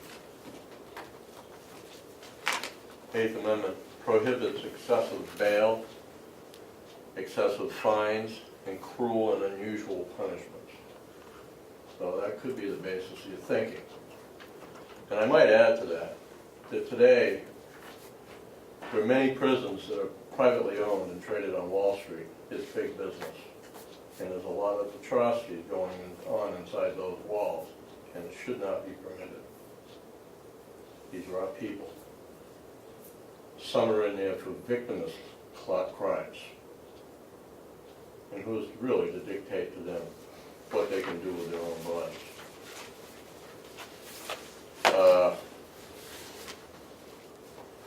I was hoping to prepare something a little bit better for hypothetical thinking, for consideration, observation in regard to the opiate influx of drugs.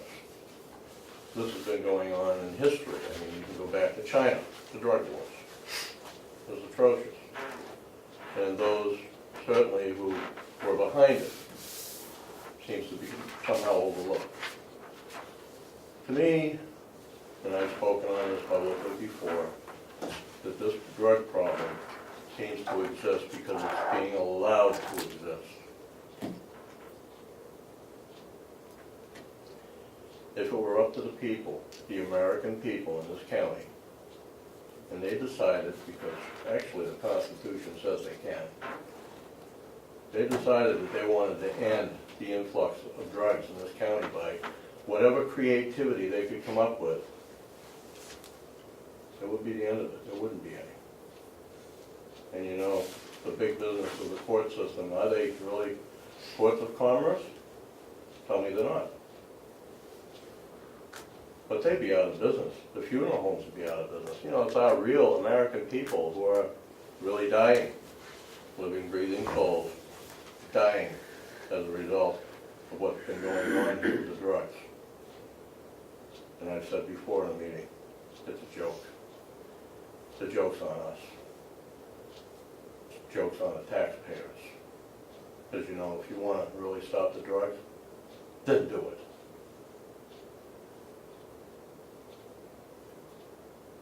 If there's anybody in this county who wants to take it serious, step up to the plate. Because I haven't seen anybody take it serious yet. Seems to be too much money involved. Thank you. Thank you, John. Any other public input? Do we have a non-public? Yes, ma'am. Would you read us in, please, David? Oh, yes, I will. Yes, I Will we will. come back to public after this? No. Make a motion, we go into non-public session on RSA 91A, period 3, paragraph 2, parentheses 3. Matters which if discussed in public would likely affect adversely the reputation of any person other than a member of the body or agency itself. Is this going to be long, Ken? Probably 5 minutes. Okay, roll call, please. Could you shut down? We'll be done in about 5 minutes. Oh, yeah, sure. Commissioner Hounsell? Yes. Commissioner Babson? Yes? Commissioner Bevard? Yes. Okay. See you.